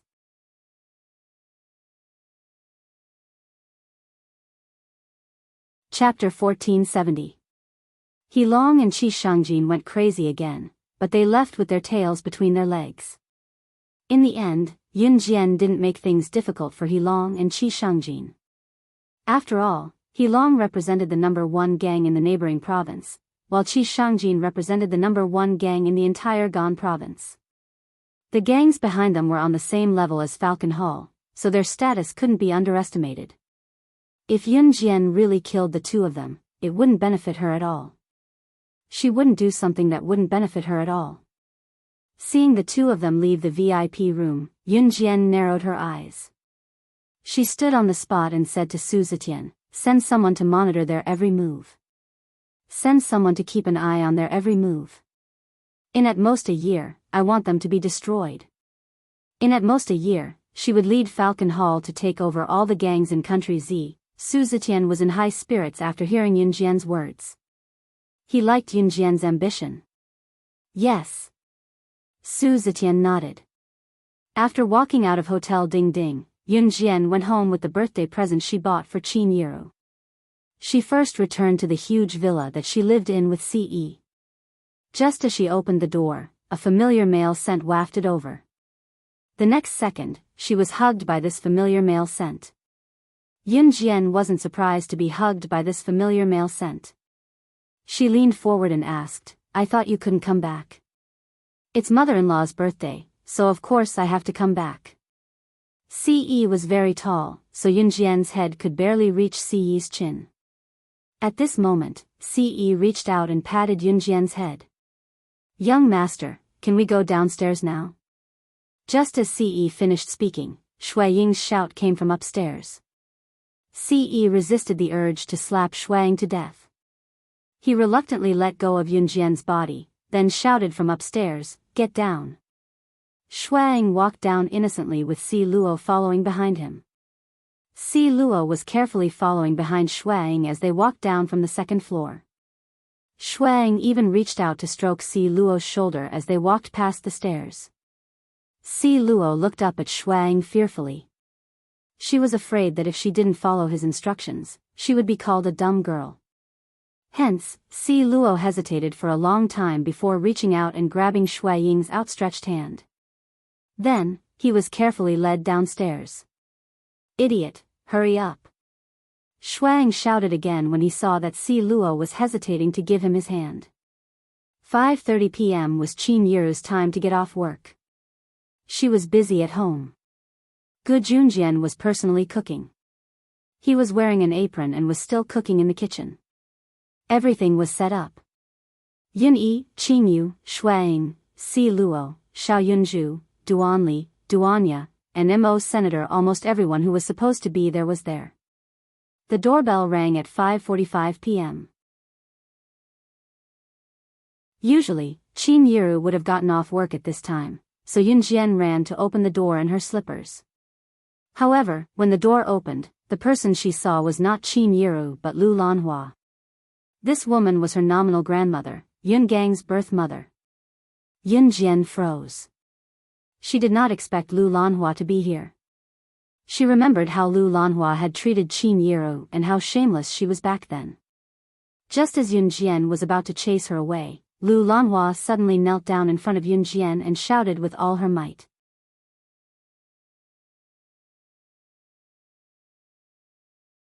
Chapter 1471. Last time, Yun Gang went to gamble again and couldn't pay back the money he owed. At that time, Yun Jian saved Yun Zhang's family who was innocently implicated. As for Yun Gang's life and death, she didn't care. Yun Jian said a long time ago that after she helped Yun Gang pay back the 5,000 yuan he lost in gambling, his life and death would have nothing to do with her. First of all, Yun Jian wasn't Yun Gang's biological daughter. Yun Gang also didn't fulfill his duty as a father to her. She didn't need to raise Yun Gang as her loving father. Taking a step back, Yun Gang directly abandoned his family and ran away after he lost money in gambling. Later on, he even let his mistress appear and humiliate Qin Yiru. Also, Lu Lanhua told Qin Yiru that it was okay for a man to cheat a little, which left a deep impression on Yun Jian. The moment she opened the door, Lu Lanhua knelt down in front of her. She even knelt on the ground, casually kneeling in front of Gu Yunjian's door.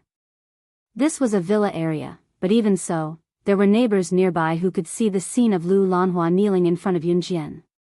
Let's not talk about why Lu Lanhua was looking for Yun Jian. Just based on the fact that Lu Lanhua chose to kneel in front of Yun Jian at this time and place, she most likely thought that Yun Jian would be too embarrassed to help her into the house, so she knelt down heavily. If it was someone else, perhaps for the sake of face, or perhaps because they felt that Lu Lanhua looked pitiful, they would really quickly help Lu Lanhua up. But Yun Jian wouldn't. Last time, Gang Er's legs were crippled. Now, even walking is a problem. Last time, that group of people refused to let Gang Er go. They even said they wanted to kill him. You're Gang Er's biological daughter. How can a biological daughter not care about her father's matters? Save him. Save him, ah. As Lu Lanhua spoke, she tried to use her hands to hold Yun Jian's legs, waiting for Yun Jian to help her up from the ground. This damned girl. Hurry up and help her up. How long would she have to kneel? Lu Lanhua actually wanted to win Yun Jian's sympathy so that she could sit down in the room first. After he sat down, he began to talk about his hardships during this period of time. Then, he would ask Gu Junjian or Qin Yiru to take him in. But who would have thought that Yun Jian, that wretched girl, would make her kneel at the door and refuse to let her get up? I've already said that he has nothing to do with me. You don't have to beg me here. Even if you kneel until tomorrow, I won't pity you and let you in. Also, if you continue to pester me endlessly, there's no need for those people to cripple him. I'll go and kill him right now. Yun Jian said it word by word. Today was Qin Yiru's birthday, and Lu Lanhua was using this opportunity to gain sympathy. Yun Jian could not stand it anymore. Fortunately, Qin Yiru had not returned home yet. Otherwise, Qin Yiru would be sad every time she saw the past. After all, no one wanted to recall the unpleasant past. You're trying to kill your father. Oh my God, how can there be such a vicious daughter like you in this world? Lu Lanhua was terrified by what Yun Jian said. After all, she had gotten used to insulting Qin Yiru and Qin Yiru before they got married, so she could not change her habit now. Thus, it did not take long for Lu Lanhua to revert to her original form. Yun Jian frowned slightly. In the next second, she grabbed Lu Lanhua's collar and dragged her toward the villa's door amidst Lu Lanhua's cries and screams. Hey, you! What are you doing? Yun Jian, Xiao Jian, you can't do this to your grandma. I'm your real grandma. I've been good to you before, haven't I? Ah. The last scream was when Yun Jian threw Lu Lanhua out of the villa's door. The surrounding neighbors loved to watch a good show. At this time, when they saw that there was such a lively scene, they all gathered around. They saw Yun Jian holding something in her hand and flinging it out of the villa. Then, Yun Jian told Lu Lanhua in front of everyone, not afraid of airing her dirty linen in public.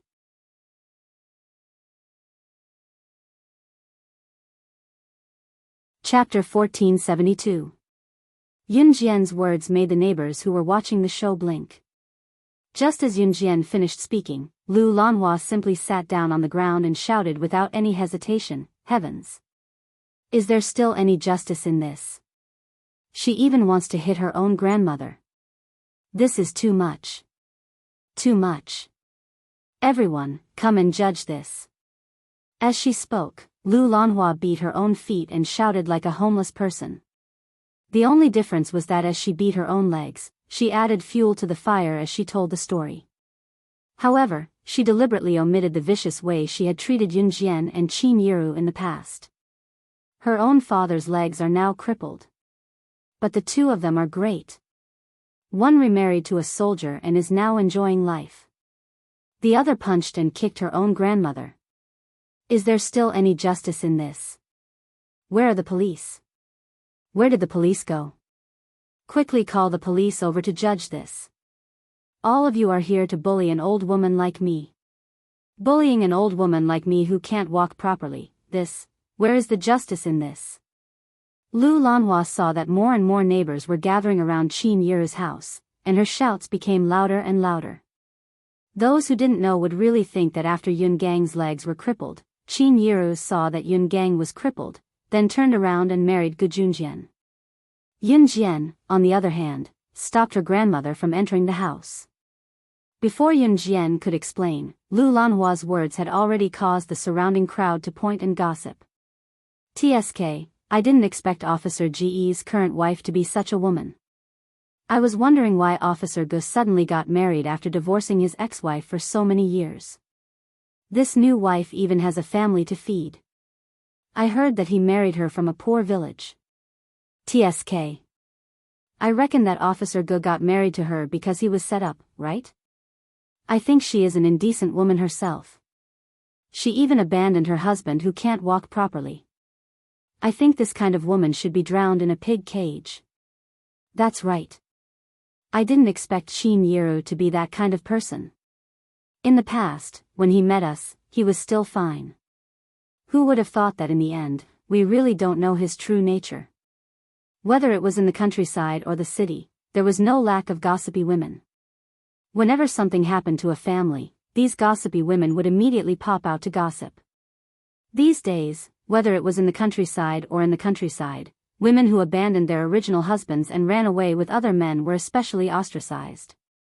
What Lu Lanhua said was simply a complete reversal of right and wrong.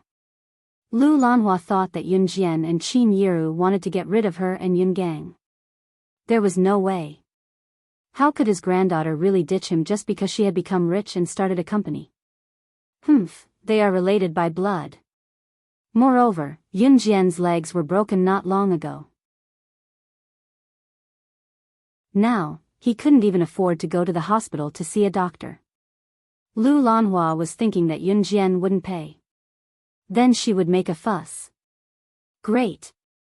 She ruined Yun Jian's and Qin Yiru's good reputation. In this era, people paid attention to reputation. Lu Lanhua cried and threw a tantrum, slapping her thighs and sitting on the ground like a beggar. This made the people around her believe her. No one noticed that Yun Jian's face was getting darker and darker. Ce didn't follow her out because he knew that she could handle this kind of simple matter by herself. Gu Junjian was cooking in the kitchen, so he didn't know what was going on. The only person standing beside Yun Jian was Yun Yi. Because of this matter, only Yun Jian and Yun Yi could stand up and say something. At this moment, when Lu Lanhua saw that everyone was helping her, she became even more excited. Yun Jian wasn't in a hurry to speak. She simply crossed her arms and watched.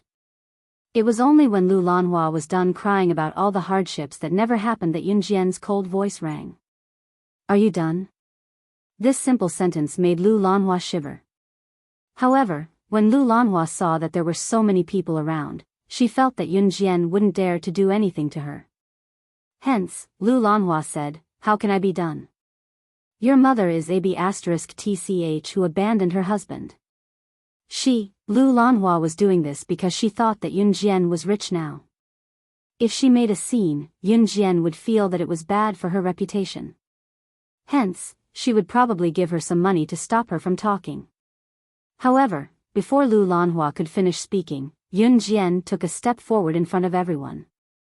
She slapped Lu Lanhua hard on the face. This slap made Lu Lanhua fall to the ground and spit out her fake teeth. The force was so strong that Lu Lanhua's face was almost deformed.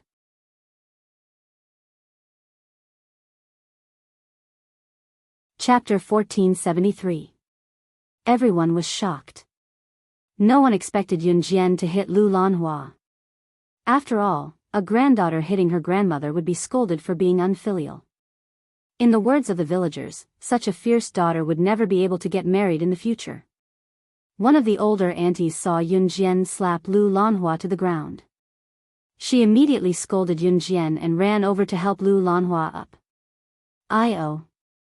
What kind of granddaughter is this?" Not only did she chase her grandmother out of the house in front of everyone, she even slapped her own grandmother. "Look, this, her fake teeth are falling out," the auntie said as she helped Lu Lanhua up.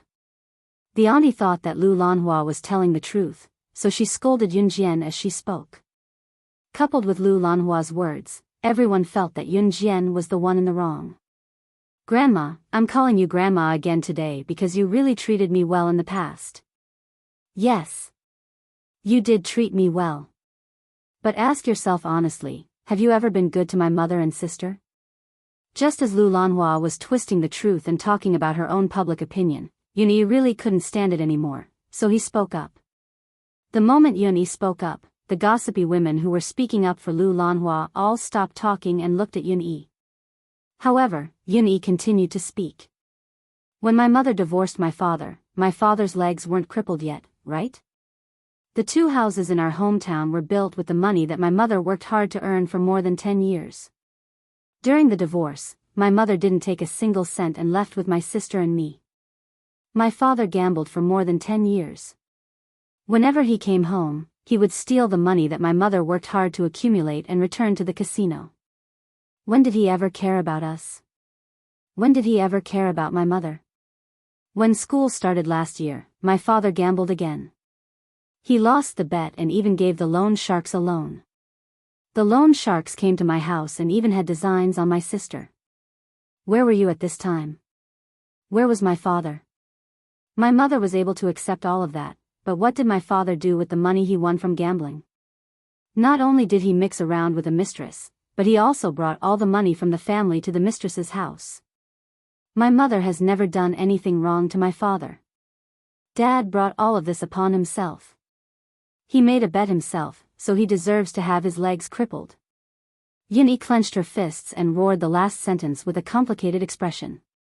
Yun didn't want to say anything bad about Yun Gang. After all, he was his biological father. However, under such circumstances, Yun really couldn't hold it in anymore. Today was Qin Yi's birthday, and LV Lanhua had chosen such a day to cause trouble. If she wasn't doing this on purpose, then what was? Hearing Yun's words, the group of gossipy women instantly stopped talking. It was only then that Yun turned his gaze to Lu Lanhua and growled at her in exasperation. He said angrily to Lu Lanhua, "If it were me who slapped my sister just now, I would have stabbed you to death instead of just giving you a simple slap. My mother has worked hard for the Yun family all her life. But what did she get in return? How did the Yun family treat my mother and my sister in the past? Now that something has happened, you want to cause trouble because our family is rich, right? Let me tell you, I'll take care of my mother and my sister now. You want to cause trouble? No way." Yun's knuckles cracked when he said this. That was the kind of anger that only people who had experienced it could show.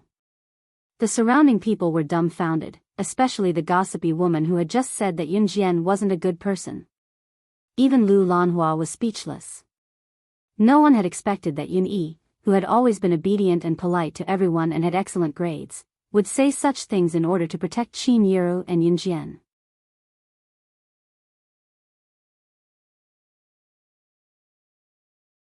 Chapter 1474.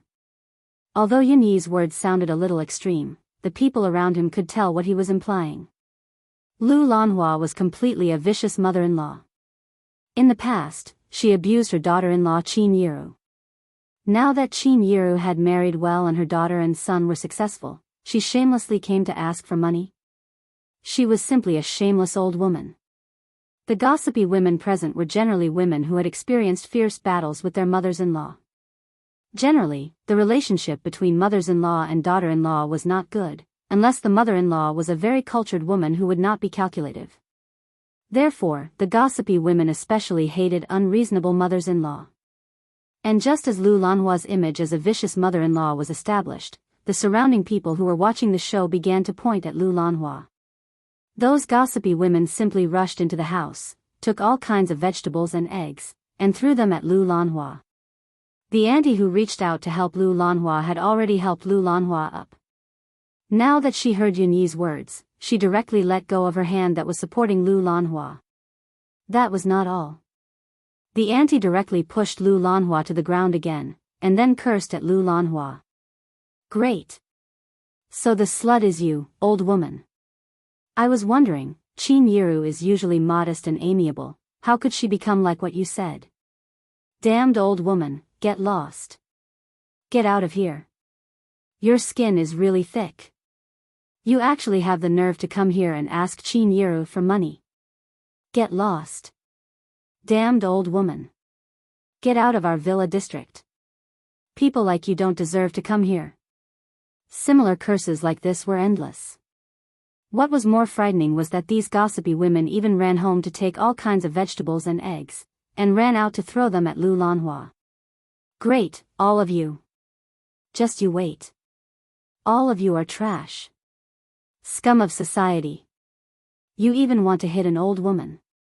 See if I don't go to the police station and sue you to death.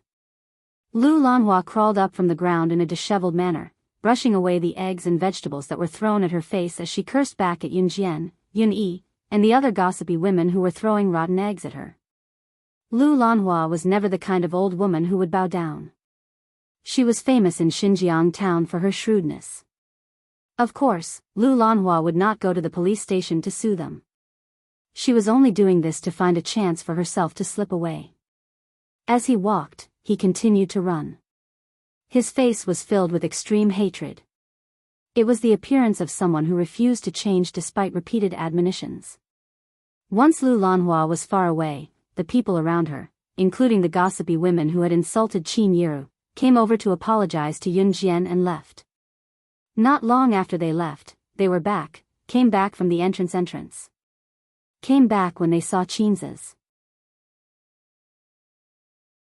Xiao Jian, Xiao Yi, what's going on here?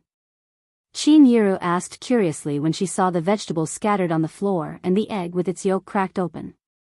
A rat tried to steal something but everyone smashed it to death.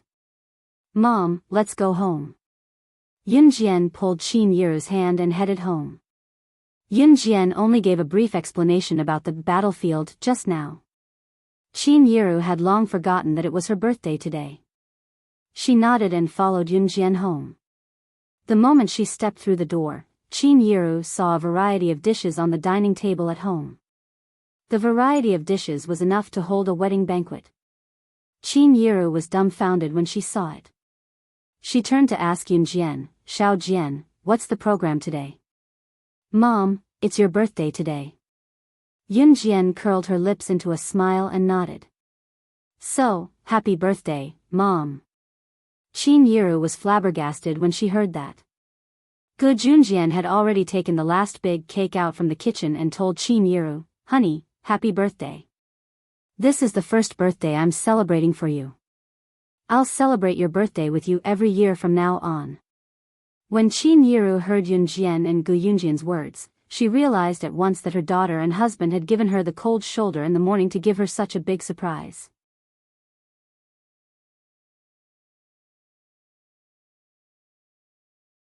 Chapter 1475. Qin Yiru's mother, happy birthday. Just as Qin Yiru's eyes were turning red, Xiao Yunju, Duanli, and Duanya each grabbed a balloon with the words, happy birthday, on it and rushed down the stairs in an orderly manner. With Xiao Yunju taking the lead, the three of them handed the balloons with the handwritten words to Qin Yiru. The words on the balloons were, happy birthday. Qin Yiru's mother, the presents are in the balloons, hee hee. I was the one who came up with the idea of giving presents. Xiao Yunju took the lead and shook his head. He, Duanli, and Duanya each put their presents in the balloons and handed them to Qin Yiru. Xiao Yunju and the other two had been cooped up in the room since morning and refused to come downstairs for lunch. Qin Yiru had thought it was strange. The three children were usually very obedient, but today they were especially disobedient and refused to come down for lunch. It turned out that Xiao Yunju and the other two had started preparing presents early in the morning and wanted to give her a big surprise now. Thank you, my babies. Qin Yiru was so touched that she almost cried. She bent down and kissed Xiao Yunju and the other two's foreheads and held the presents tightly in her hands. Mom, this is mine. Yun Jian also wrapped her present in 3 layers and handed it to Qin Yiru. Yun Jian had never chosen a present for herself and wrapped it so meticulously before giving it to someone. Of course, this was excluding the clothes that she had bought for Ce. Yun Jian glanced at Ce, who was coming down from the 2nd floor. The clothes he was wearing were almost colorless and were about to fall off. She had bought these clothes for him. Ever since he had put them on, he had been alternating between the clothes she had bought for him and had not worn any other clothes. Yun Jian was looking at the clothes Ce was wearing and did not look at Ce himself. Ce turned his head and looked over. When he saw Yun Jian looking at him, he smiled sinisterly and walked over as well. Even if the clothes were worn to the point of fading, Ce's handsomeness was on full display when he wore them. Ce walked over and grabbed Yun Jian's little hand, then walked over to the dining table. After everyone had taken their seats, dinner began as promised. Gu Yunjian's cooking was naturally delicious. Although Gu Junjian was a soldier, he was good at something. Cooking was one of his specialties. Gu Yunjian's cooking was very delicious. There were fish, prawns, crabs, and crabs for dinner. After the bowls and chopsticks were cleared, the whole family sat in the living room and watched TV. Yun Jian had just gone out with Qin Yiru to buy some snacks. She had just sat down on the empty sofa when she saw Ce sitting across from her. In the past, Ce would have sat down with Yun Jian when he saw her sitting across from him. However, he did not today. Just as she was thinking about this, Xiao Yunju suddenly ran over and stuffed a small piece of paper into Yun Jian's hand. He said to Yun Jian, "Sister, this is from Ce." With that, Xiao Yunju ran over to Ce and exchanged 3 lollipops. Then, he ate them with relish. Yun Jian felt like she had been sold. Pressing her lips together, she stopped thinking about it and opened the piece of paper that Ce had asked Xiao Yunju to pass to her. "Xiao Jian, what are you guys passing around so mysteriously? Let Mom see it too," Qin Yiru asked with a smile when she saw the piece of paper in Yun Jian's hand. "Mom, it's nothing," Yun Jian said as she opened the piece of paper. When she saw Ce's flamboyant handwriting on the paper, however, Yun Jian's cheeks flushed as red as a chicken's butt. There was only one sentence written on it.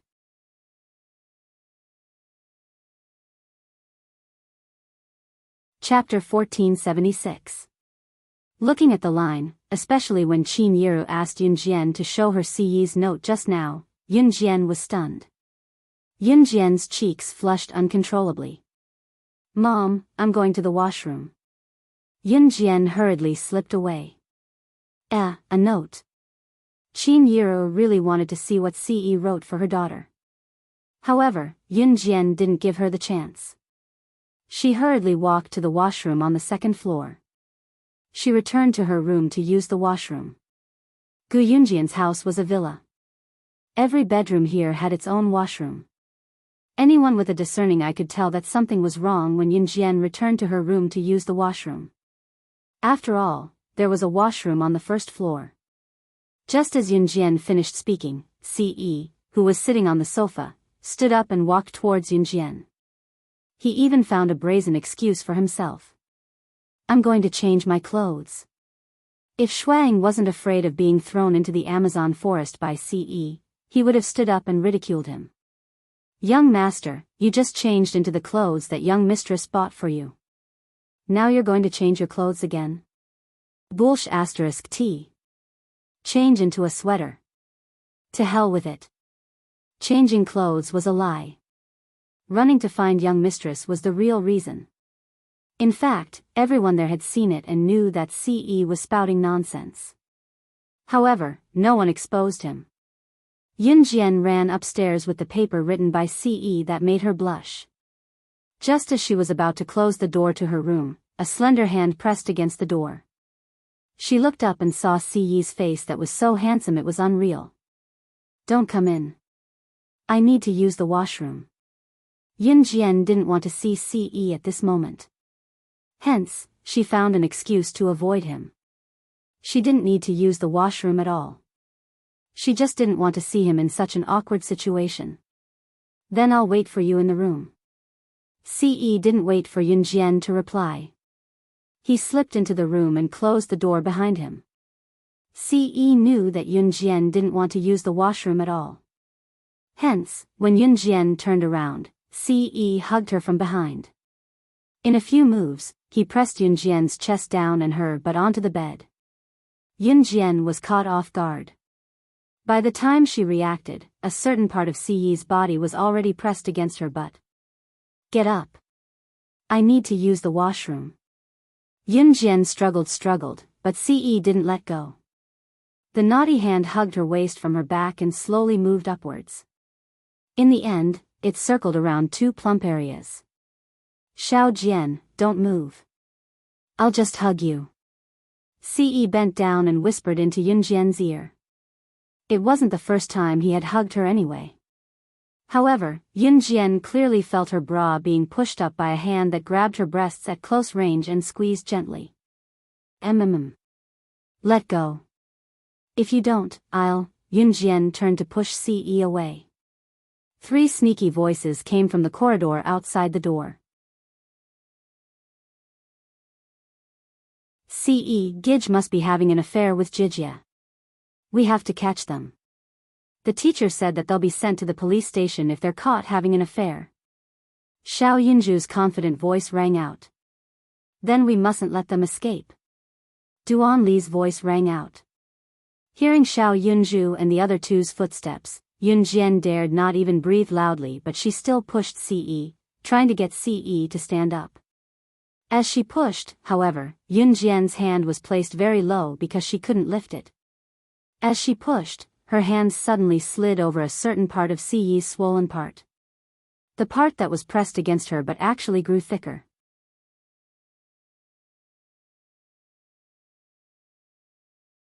Chapter 1477. The worst part was that Xiao Yunju and the other two were already standing outside Yunjian's bedroom. Yunjian couldn't even make a sound.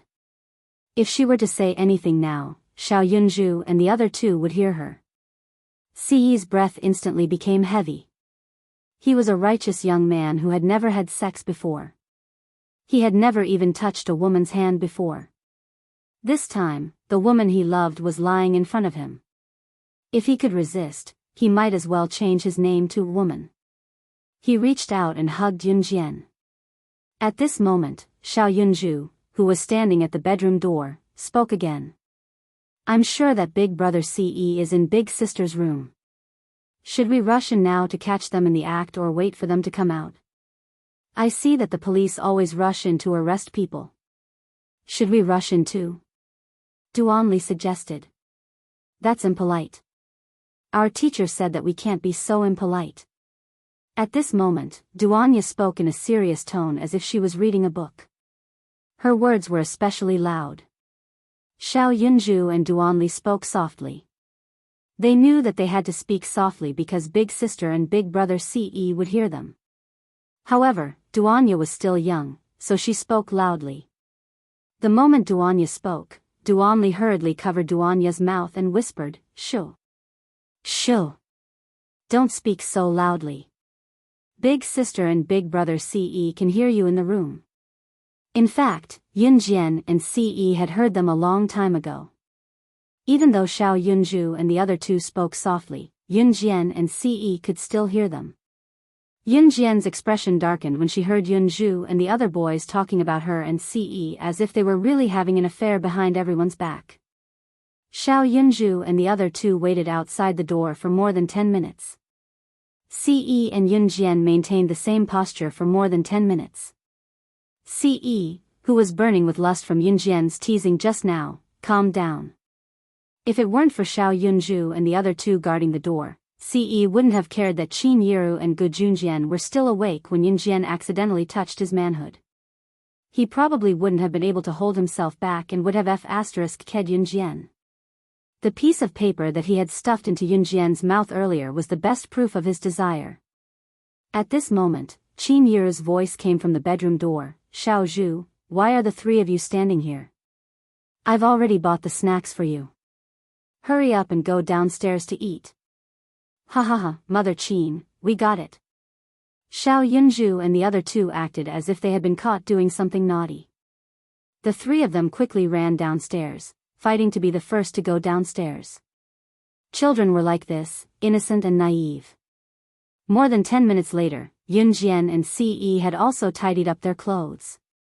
Yunjian even went back and forth to tidy herself up, afraid that something would be discovered when she went downstairs. When Yunjian went downstairs, Shuang even forcefully pulled Si Luo's hand. Si Luo retracted her hand in fear, but Shuang simply grabbed her hand and stopped her from moving. She didn't know how much Shuang had treated Si Luo during this period of time, but Si Luo didn't dare to resist at all. She pouted and sat where she was, withdrawing her hand. In the end, she had no choice but to let Shuang hold her tightly. When he saw Yunjian and Ce coming downstairs, Shuang subconsciously asked, why did you guys take half an hour to change in the bathroom?" Just as Shuang asked this question, he instantly realized that he had asked the wrong question. He looked up and saw Ce holding Yunjian's hand with a gloomy expression. Before Ce could say anything, Shuang tried to say something else to ease the awkward atmosphere. The weather is really good today, haha. It was already dark outside. Shuang only realized that it was already dark after he said that. Then, Shuang could only laugh awkwardly and add, the weather is good today, ahem. Just as he finished speaking, Yunjian's phone rang. Yunjian took out her phone from her pocket and glanced at it. It was a landline number. Yunjian didn't know many people and didn't have a phone with her. There was only one person who could call her using a landline number, and that person was Lu Fian. Yunjian frowned slightly and immediately answered the call. Lu Fian's voice sounded from the other end of the line.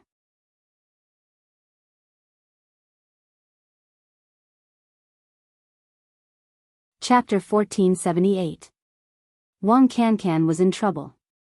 After all, she was her friend and had nothing to do with Yunjian. LV Fian didn't want to trouble Yunjian, but she had no choice. She usually stayed at school on weekends and had no friends or relatives. Moreover, it was late at night. There were 6 or 7 students in her class who didn't go home on weekends and stayed at school. LV Fian had already asked them for help one by one, but no one was willing to help her. She had no choice but to use the school's landline to call Yunjian. Today's matter was very important because if they couldn't save Wang Cancan, then Wang Cancan's life would be ruined. LV Fian knew Yunjian's ability and knew that Yunjian had the ability to protect herself. Therefore, LV Fian called Yunjian today to ask for Yunjian's help. When Yunjian heard that Wang Cancan was in trouble, she immediately thought of Wang Cancan's friendly face. When Yunjian was with LV Fian and Wang Cancan, Wang Cancan didn't completely ignore Yun Jian just because she and LV Fian knew each other. Usually, when the three of them were together, Yun Jian was always the one who was the most embarrassed and easily ignored. However, Wang Cancan didn't ignore her. Of course, the most important thing was that Wang Cancan chose a gift for Qin Yiru for Yun Jian. Qin Yiru liked it very much. She just put on the apron that Yun Jian gave her and said that she must wear it to work tomorrow. Yun Jian had never chosen such a birthday gift for anyone. It was all because of Wang Cancan that Qin Yiru liked her gift. Wang Cancan was very careful when choosing the gift. In order to choose a gift that could make Qin Yiru happy, Wang Cancan even asked Qin Yiru about her hobbies, work, and so on. In the end, after careful selection and careful analysis, she came to a conclusion and finally chose to buy an apron. Because Qin Yiru could use it at work, and it was very practical. Therefore, Yun Jian had told Wang Cancan that she owed her a favor. As long as it was within the scope of the conditions, Yun Jian would help her. It was time to return Wang Cancan's favor. Yun Jian wanted to go too. Wait for me at school. I'll be right there. Lu Fian nodded while sobbing. She sounded like she was scared out of her wits. After hanging up, Yun Jian turned to look at Ce. Then she looked at Qin Yiru and said, "I'm going out for a while." After that, Yun Jian turned around and walked out. "I'll go with you." Ce wanted to follow her. At this moment, Yun Jian had already walked quickly to the main entrance. Ce followed behind Yun Jian. The two of them stood at the main entrance where Qin Yiru and the others couldn't see. "I'm going with my classmates. It's urgent. Wait for me at home," Yun Jian said to Ce. "I'll go with you." Ce repeated himself like a child. Yun Jian suddenly stood on her tiptoes and moved closer to Ce. She tiptoed and moved closer to Ce. Then she planted a kiss on Ce's lips. This kiss was very short, but after Yun Jian's kiss, Ce didn't insist. "Give me the keys. I'll be back soon." Yun Jian's Ferrari had been repaired, but it hadn't been returned from the repair shop. She could only reach out and borrow the car from Ce. "Come back and let me touch it again. I'll give it to you." Ce held the car keys in his hand and made a shameless request to Yun Jian. Yun Jian's lips twitched. Because of the urgency of the matter, she agreed to Ce's shameless request shyly. "Give it to me," Yun Jian's words made Ce's imagination run wild.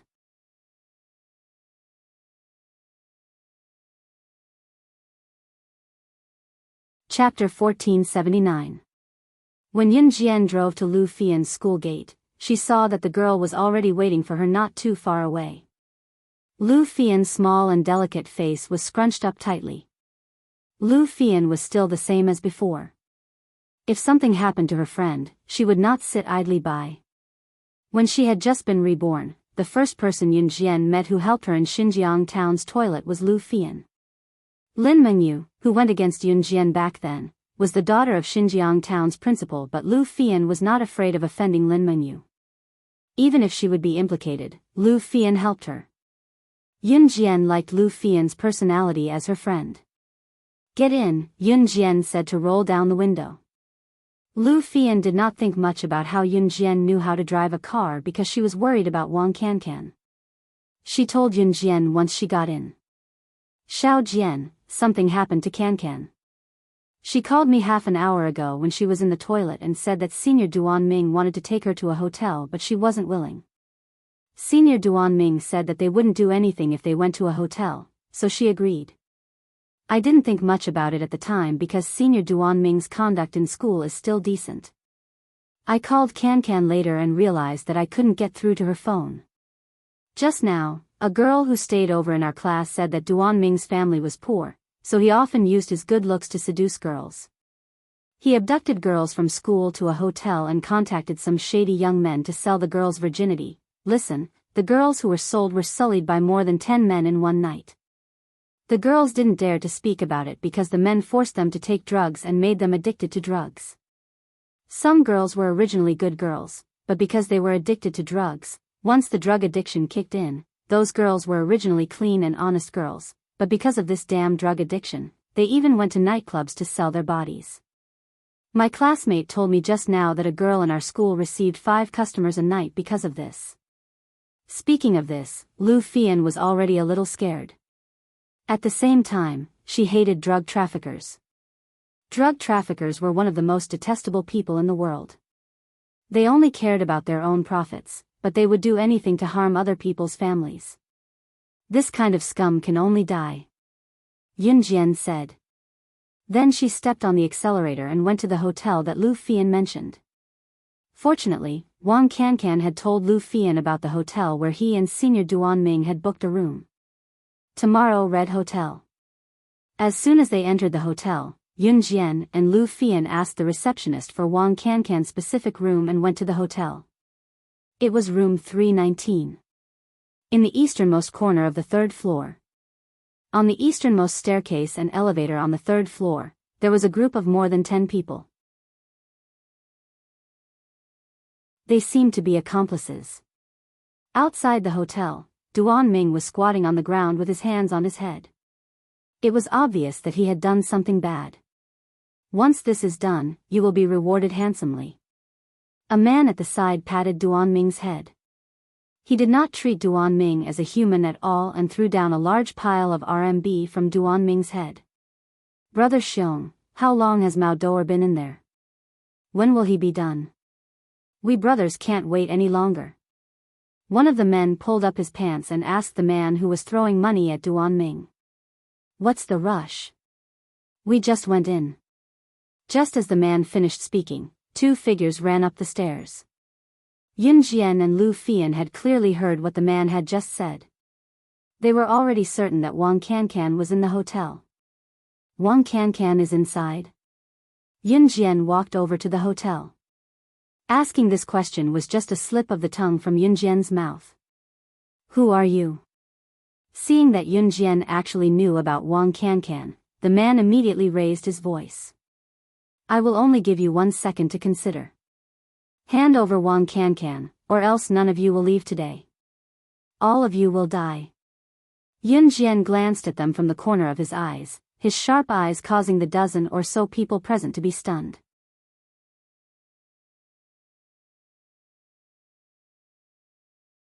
Chapter 1480. The man, who was called Brother Xiong, casually raised his head and glanced at Yun Jian. Then, he raised his eyebrows and whistled. He looked at Yun Jian provocatively and said to Yun Jian in the words of a hooligan, Yo yo yo, look, where did this chick come from? She even said she wanted us to die. Where do you want us to die? Hee hee. Brother Xiong rubbed his hands and laughed sneakily. Then, he took a big step forward towards Yun Jian. Chick, you delivered yourself to my door. Are you with the one in the room? Why don't you follow us and have a good time? Heh heh heh, our skills are awesome. Do you want to try your hands? Brother Xiong rubbed his palms and the back of his hands and laughed sneakily. Brother Xiong was still rubbing his palms and the back of his hands when Yun Jian walked over and kicked Brother Xiong away and walked towards room 319. Yun Jian's kick seemed to be very light, but in fact, it was so strong that Brother Xiong fell down the hotel corridor. With a bang, Brother Xiong fell to the ground and almost spat out a mouthful of blood. Brother Xiong felt that his internal organs were about to be damaged. He covered his heart and only reacted after a long time. When Brother Xiong reacted, he realized that Yun Jian had already walked towards room 319. His dozen or so brothers stared blankly at Yun Jian walking in that direction. At this time, none of them reacted. F***CK. This woman was really fierce. What are you guys standing there for? Waiting for the food to be served. Go for me. Catch her. After Brother Bear came to his senses, he cursed and roared. When the dozen or so brothers heard Brother Xiong's roar, they all rushed towards Yun Jian. The door of room 319 had been closed and locked. Needless to say, it was definitely the Mao Doer that Brother Xiong and the others were talking about. Yun Jian lowered her head slightly and saw Duan Ming sitting dispiritedly on the ground beside the door of room 319. There was no doubt that this was what Duan Ming had done.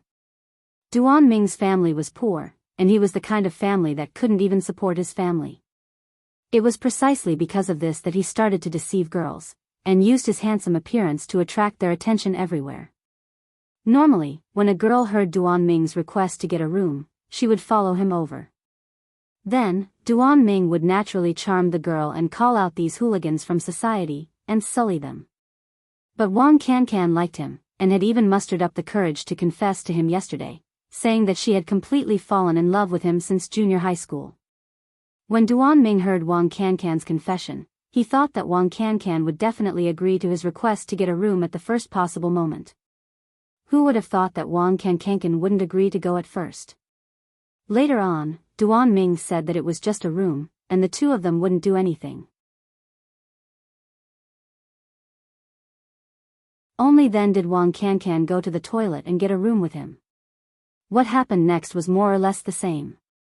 After Wang Cancan and Duan Ming went to get a room, Duan Ming used the same method to charm Wang Cancan like how he charmed the other girls, and then attracted these hooligans.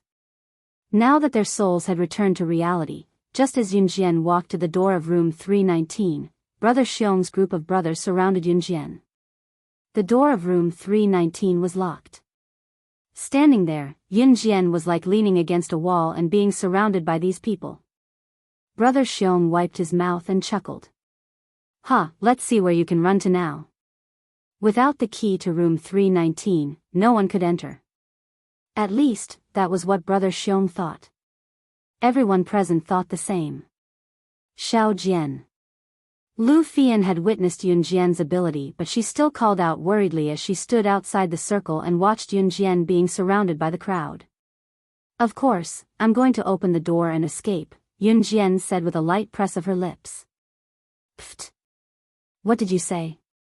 You want to open the door? Ha ha ha. Are you stupid or stupid? The door is locked from the inside. You want to open it? Unless you have the ability to pick locks, you're just a young girl. You want to go into the room? Don't be ridiculous. Ha. The door behind you is nothing more than a wall to you. I think you'd better obey us obediently, or else." Brother Xiong's mocking tone rang out. His brothers around him guffawed as well. However, at this moment, a crack sound suddenly rang out. Yun Jian flipped her hand and a small blade appeared in it. She inserted the blade into the door lock and turned it gently. The blade was like a key, opening the door of room 319 directly. Brother Xiong and his men were dumbfounded.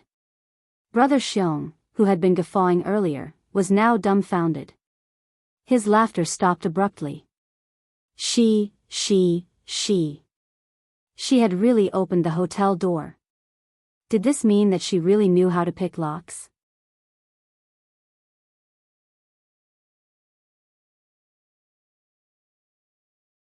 Chapter 1481. Such a young girl was actually a professional at picking locks? Brother Xiong and his group were all dumbfounded on the spot. They were all stunned on the spot, unable to react at all. Brother Xiong and his group watched as Yun Jian opened the door and entered.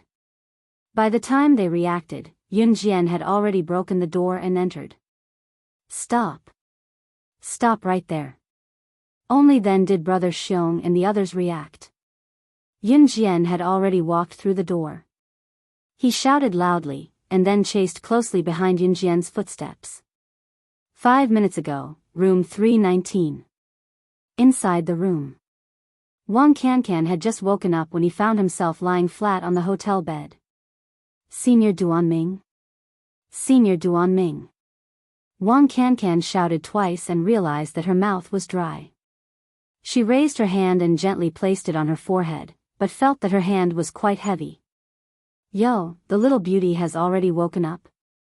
At this time, the sound of the shower and the toilet stopped, and a fat body walked out of the hotel toilet. This fat figure weighed at least 160 kilograms, and was so fat and clumsy that it made people shudder. This person was the Mao Doer that Brother Xiong and the others were talking about. Mao Dor looked at Wang Cancan foolishly, as if he had seen some delicacies. He wanted nothing more than to pounce on Wang Cancan and push him down. But at this moment, Wang Cancan could not escape, so Mao Dor did not plan to pounce on him immediately. As for this meat, he had to slowly taste it before he could enjoy its taste. The fat Mao Dor rubbed his hands that were covered with black hairs as he walked towards Wang Cancan. You. Who are you? Where's Senior Duanming? Wang Cancan struggled to get up, but she suddenly felt that her body was as soft as mud, and she couldn't stand up no matter how hard she tried. He, little beauty, you won't be able to escape. Who are you talking about, that brat Duanming? Huh, he's right at the door. He bought your first night for more than a dozen of US brothers. I'm the first one to enjoy you. Just stay where you are obediently and don't move. Big brother will dote on you right now. Mao Dor rubbed the back of his hands, and was about to pounce on Wang Cancan. What? It's Senior Duanming. This is impossible. Wang Cancan's face was pale and powerless. She looked at Mao Dor, and growled with certainty. Her Senior Duanming wouldn't betray her, he wouldn't. He wouldn't bring her to such a place just to sell her, but the drink that Senior Ming had given her when she was unconscious, when she woke up, she felt weak all over. Wang Cancan shook her head in disbelief, but she already knew what was going on. Who did this? She was just unwilling to admit it. Pfft, little girl, there are no good men. You were tricked, blame yourself for being stupid. Huh, come over now and let big brother dote on you. Mao Dor chuckled and leaped towards Wang Cancan, who had collapsed on the floor beside the bed. Ah! Get lost. Scram. Wang Cancan had never thought that she would encounter such a thing. She screamed loudly and waved her hands, trying to wave away Mao Dor's disgusting hands that were covered in black hair. If one were to compare a girl's strength with a man's, there was no doubt that the man's strength was greater. Furthermore, Wang Cancan had taken a knockout drug. Her hands were completely stiff and could not be lifted at all. Mao Dor's dirty hands had already grabbed onto Wang Cancan's clothes, and just as Mao Dor was about to tear Wang Cancan's clothes apart, suddenly, Mao Dor was kicked so hard that she fell to the left side of the clothes rack. Wang Cancan had already thought of committing suicide in despair. She had even reached out to grab a glass on the bedside, intending to break the glass and swallow the glass to commit suicide. But Mao Dor was suddenly kicked away, causing Wang Cancan's eyes to widen. In the next second, what entered her eyes was Yun Jian's beautiful and exquisite face. As soon as Yun Jian entered the door, she kicked Mao Dor, who weighed 160 pounds, away. This scene caused Brother Xiong and the others who followed behind to be stunned on the spot. With Mao Dor's weight, even the strongest person in Brother Xiong's group couldn't lift him at all. And the result? This little girl kicked Mao Dor away as soon as she entered the door. She actually kicked Mao Dor away.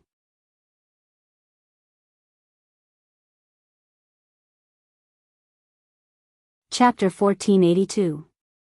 Mao Dor, who had been kicked away, rebounded fiercely and then fell heavily to the ground. This scene once again shocked Brother Xiong and the others. Even Duanming and Lu Fian, who had poked their heads in from outside the door, were shocked. Then, the two of them were so shocked that they could not be described with words. Ugh, Mao Dor, who had been thrown against the wardrobe and then smashed to the ground, retched twice. He almost vomited out his lungs. The entire hotel room was only so big. When Yun Jian walked over, Mao Dor, who had been smashed against the wardrobe and then thrown to the ground, rolled naked into the corridor in front of Yun Jian. Yun Jian walked over and stepped on Mao Dor's abdomen, pushing Mao Dor away once again. Then, she walked straight to Wang Cancan, who had fallen to the ground. When she saw that the person who had saved her was Yun Jian, Wang Cancan almost burst into tears, but she still held it in. Yun Jian. A teardrop streaked across Wang Cancan's eyes. It was the kind of fear that came after escaping from death. I owe you a favor. Yun Jian said indifferently. As she spoke, she flipped her right hand and a dagger immediately appeared in her hand. Yun Jian did not even look at it. She threw the dagger towards the door of the hotel room behind her, which was also where Brother Xiong and the others were. Brother Xiong and the others suddenly saw a dagger fly past their eyes. They were scared out of their wits. They saw the dagger fly straight past the place where Brother Xiong and the others' eyes swept past, and it actually fiercely stabbed into a wooden table at the side. 3 points into the wood. It was nothing more than that. Suddenly seeing this dagger in Yun Jian's hand, she actually stabbed it into a wooden table without even looking at it. The people who were standing in the distance were completely terrified when they saw this scene. She didn't even look at it before stabbing the dagger into the wooden table.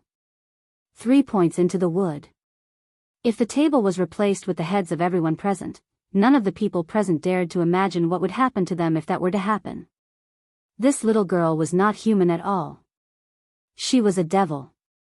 That kind of demon that made people panic, surprise, and fear. Get your asses in here. At this moment, Yun Jian bellowed with her back facing Brother Xiong and the others. With this shout, Brother Xiong and his men, who were crowding at the door, hurriedly squeezed into the house. Yun Jian's shout startled Brother Xiong and the others. Then, they all swarmed in through the door. Unknowingly, Brother Xiong's group had become so obedient. This scene stunned Duan Ming, who was paralyzed at the entrance. Every time Brother Xiong and his men appeared in front of him, which one of them wasn't insolent? That arrogant look simply did not treat him, Duan Ming, as a human being. Every time Duan Ming tricked a girl, as if his entire body had been sucked out of him and was paralyzed at the entrance, Brother Xiong would sprinkle him with 10 or so Grandpa Mao, and then sprinkle Grandpa Mao over his head without treating him as a human at all. Duan Ming thought that Brother Xiong and his group could be so arrogant in front of anyone. But Duan Ming was wrong. Yun Jian was just a little girl in her teens, but she had the ability to order Brother Xiong and the others around. She had the strength to make Brother Xiong and his group obey her orders. "Ha, sis, do you have any orders for this?" Brother Xiong, who was in high spirits just a moment ago, was now standing in front of Yun Jian like a pug. He looked at Yun Jian and forced out a smile, as if he was afraid of angering Yun Jian. In fact, Yun Jian had only made a few moves, and it was only those few moves that made Brother Xiong and the others feel fear towards Yun Jian from the bottom of their hearts. "Apologize," Yun Jian said softly. "Huh?" Brother Xiong didn't react for a moment. "I told you to apologize." Yun Jian kicked the back of Brother Xiong's knee, causing him to kneel down in front of Wang Cancan. "F***ck, you little doll, you really think you're invincible." There was a very ugly man on Brother Xiong's side who couldn't stand it anymore. Being bullied by a little girl like this, was this a joke? Just as the man was about to speak, 2 bright blades flew over the man's head and neatly nailed themselves into the wooden wall behind him.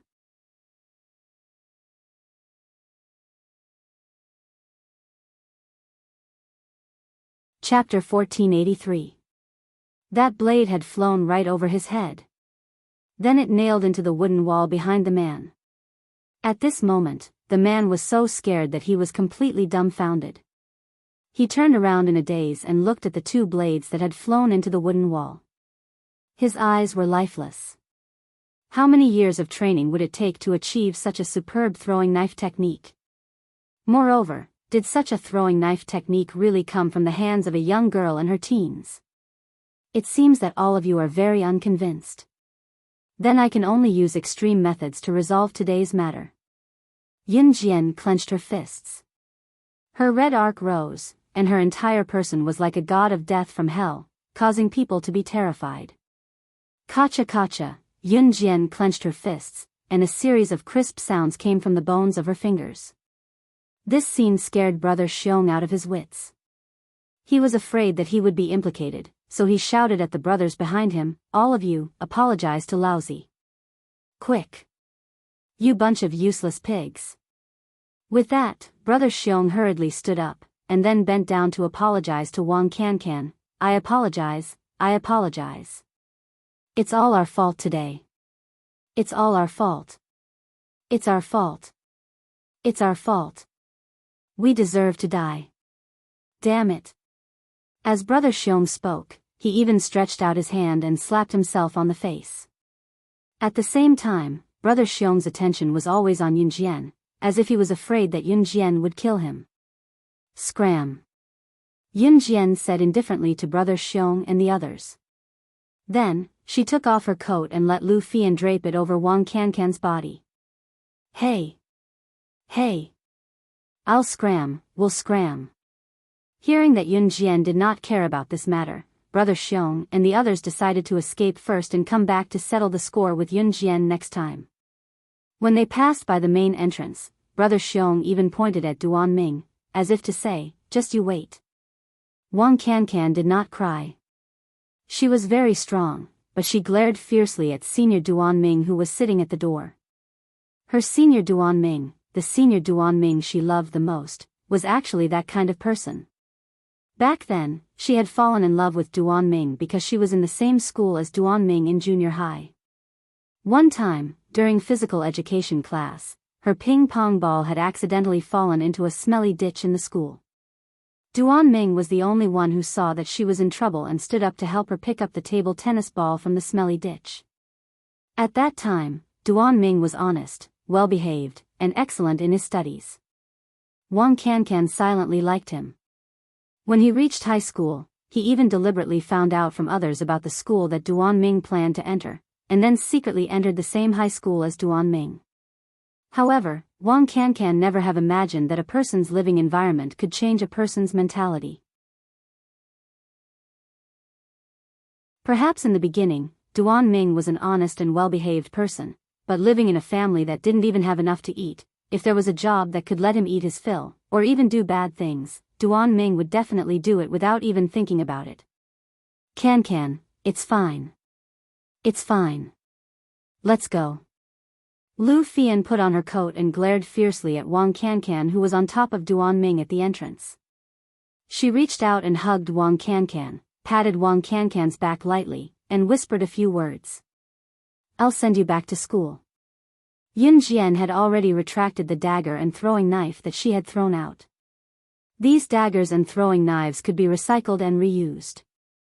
She didn't have the habit of sticking these daggers and throwing knives into wooden stools and tables and then throwing them away.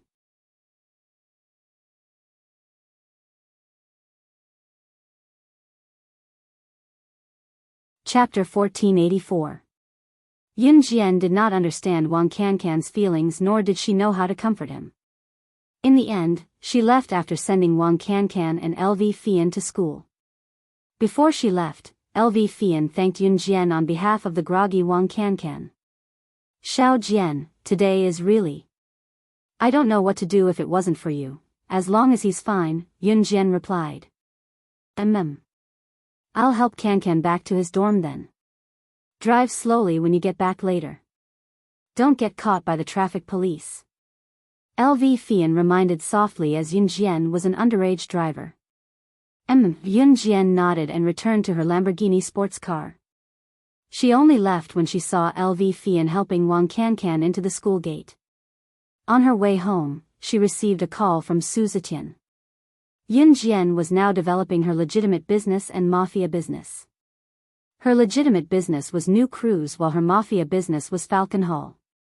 Su Zetian and Zhang Jifan were the spokespersons for Falcon Hall and New Cruise respectively.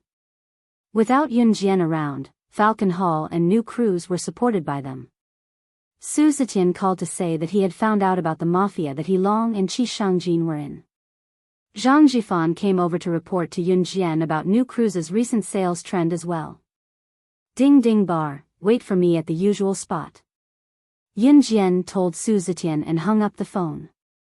She stepped on the accelerator and turned her sports car toward Ding Ding Bar. 13 minutes later, they arrived at the entrance of Ding Ding Bar. Ding Ding Bar was already crowded during the day. Due to its recent popularity in Longmen City, Ding Ding Bar was crowded during the day. When it was night time, people from the night market would usually come to Ding Ding Bar. Recently, the other bars were not doing well in terms of sales. Only Ding Ding Bar's income was on the rise. This also showed that most of the people who came to nightclubs would choose Ding Ding Bar. In fact, there was another important reason for Ding Ding Bar's booming business. It was because Ding Ding Bar occupied a large area, about a quarter of the size of a school. Bars were usually only the size of a few rooms, but Ding Ding Bar was different. It was more than 10 times bigger than an average bar. Big investment, big return. The investment in Ding Ding Bar was high. It looked luxurious, but the consumption was similar to ordinary bars. Naturally, many people came. Some people thought of this, but they couldn't afford to invest. Naturally, they couldn't compete with Ding Ding Bar. At that time, Yun Jian had already arrived inside Ding Ding Bar. Yun Jian passed through countless private rooms and headed towards the VIP room in the corner. When they passed by a private room with its door open, Yun Jian could hear the noise of countless people inside, but she could still hear an obvious conversation in the private room. F***CK. I really don't know what kind of bad luck I have today. To think that he would meet such a terrifying woman.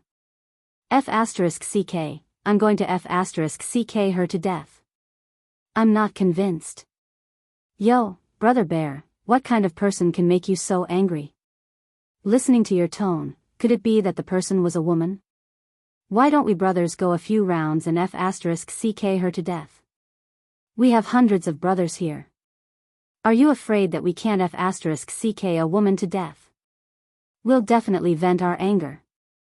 If I meet her now, I'll beat her until she kneels down and begs me to F***CK her.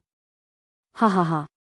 When a group of men gathered together, it wasn't surprising that they liked to talk dirty. Yun Jian was just passing by, but her ears were sharp. The words, Brother Bear, made her raise her eyebrows slightly. Of course, Yun Jian didn't dodge on purpose. She walked directly through the door of the private room. It happened to be the trace of Brother Bear's disgusting obscenities. Brother Bear had been saying F***CK, but when he saw Yun Jian appear in front of him naked, his face instantly darkened. She's the terrifying woman who made us apologize just now. Brother Bear saw that Yun Jian's eyes were on the road ahead and not looking into the private room at the entrance, so she did not hear him telling his other buddy that he would beat her until she kneeled and begged him to F***CK her the next time he saw her. It was an extremely perverted threat. In the end, before Yun Jian could even make her way over, one of his slow-witted brothers actually bellowed at the sight of her. This roar made Brother Bear tremble with fear. Brother Bear had always been afraid of Yun Jian from the bottom of his heart. Although he wanted to take revenge, now wasn't the time. When Brother Bear's stupid brother roared, Yun Jian, who was about to ignore him and walk over, turned around. Her pure and beautiful appearance shocked everyone present. You're tuning into the Biyao's Wuxia Chronicles YouTube channel. Don't forget to subscribe and join us on this journey to catch the most captivating stories.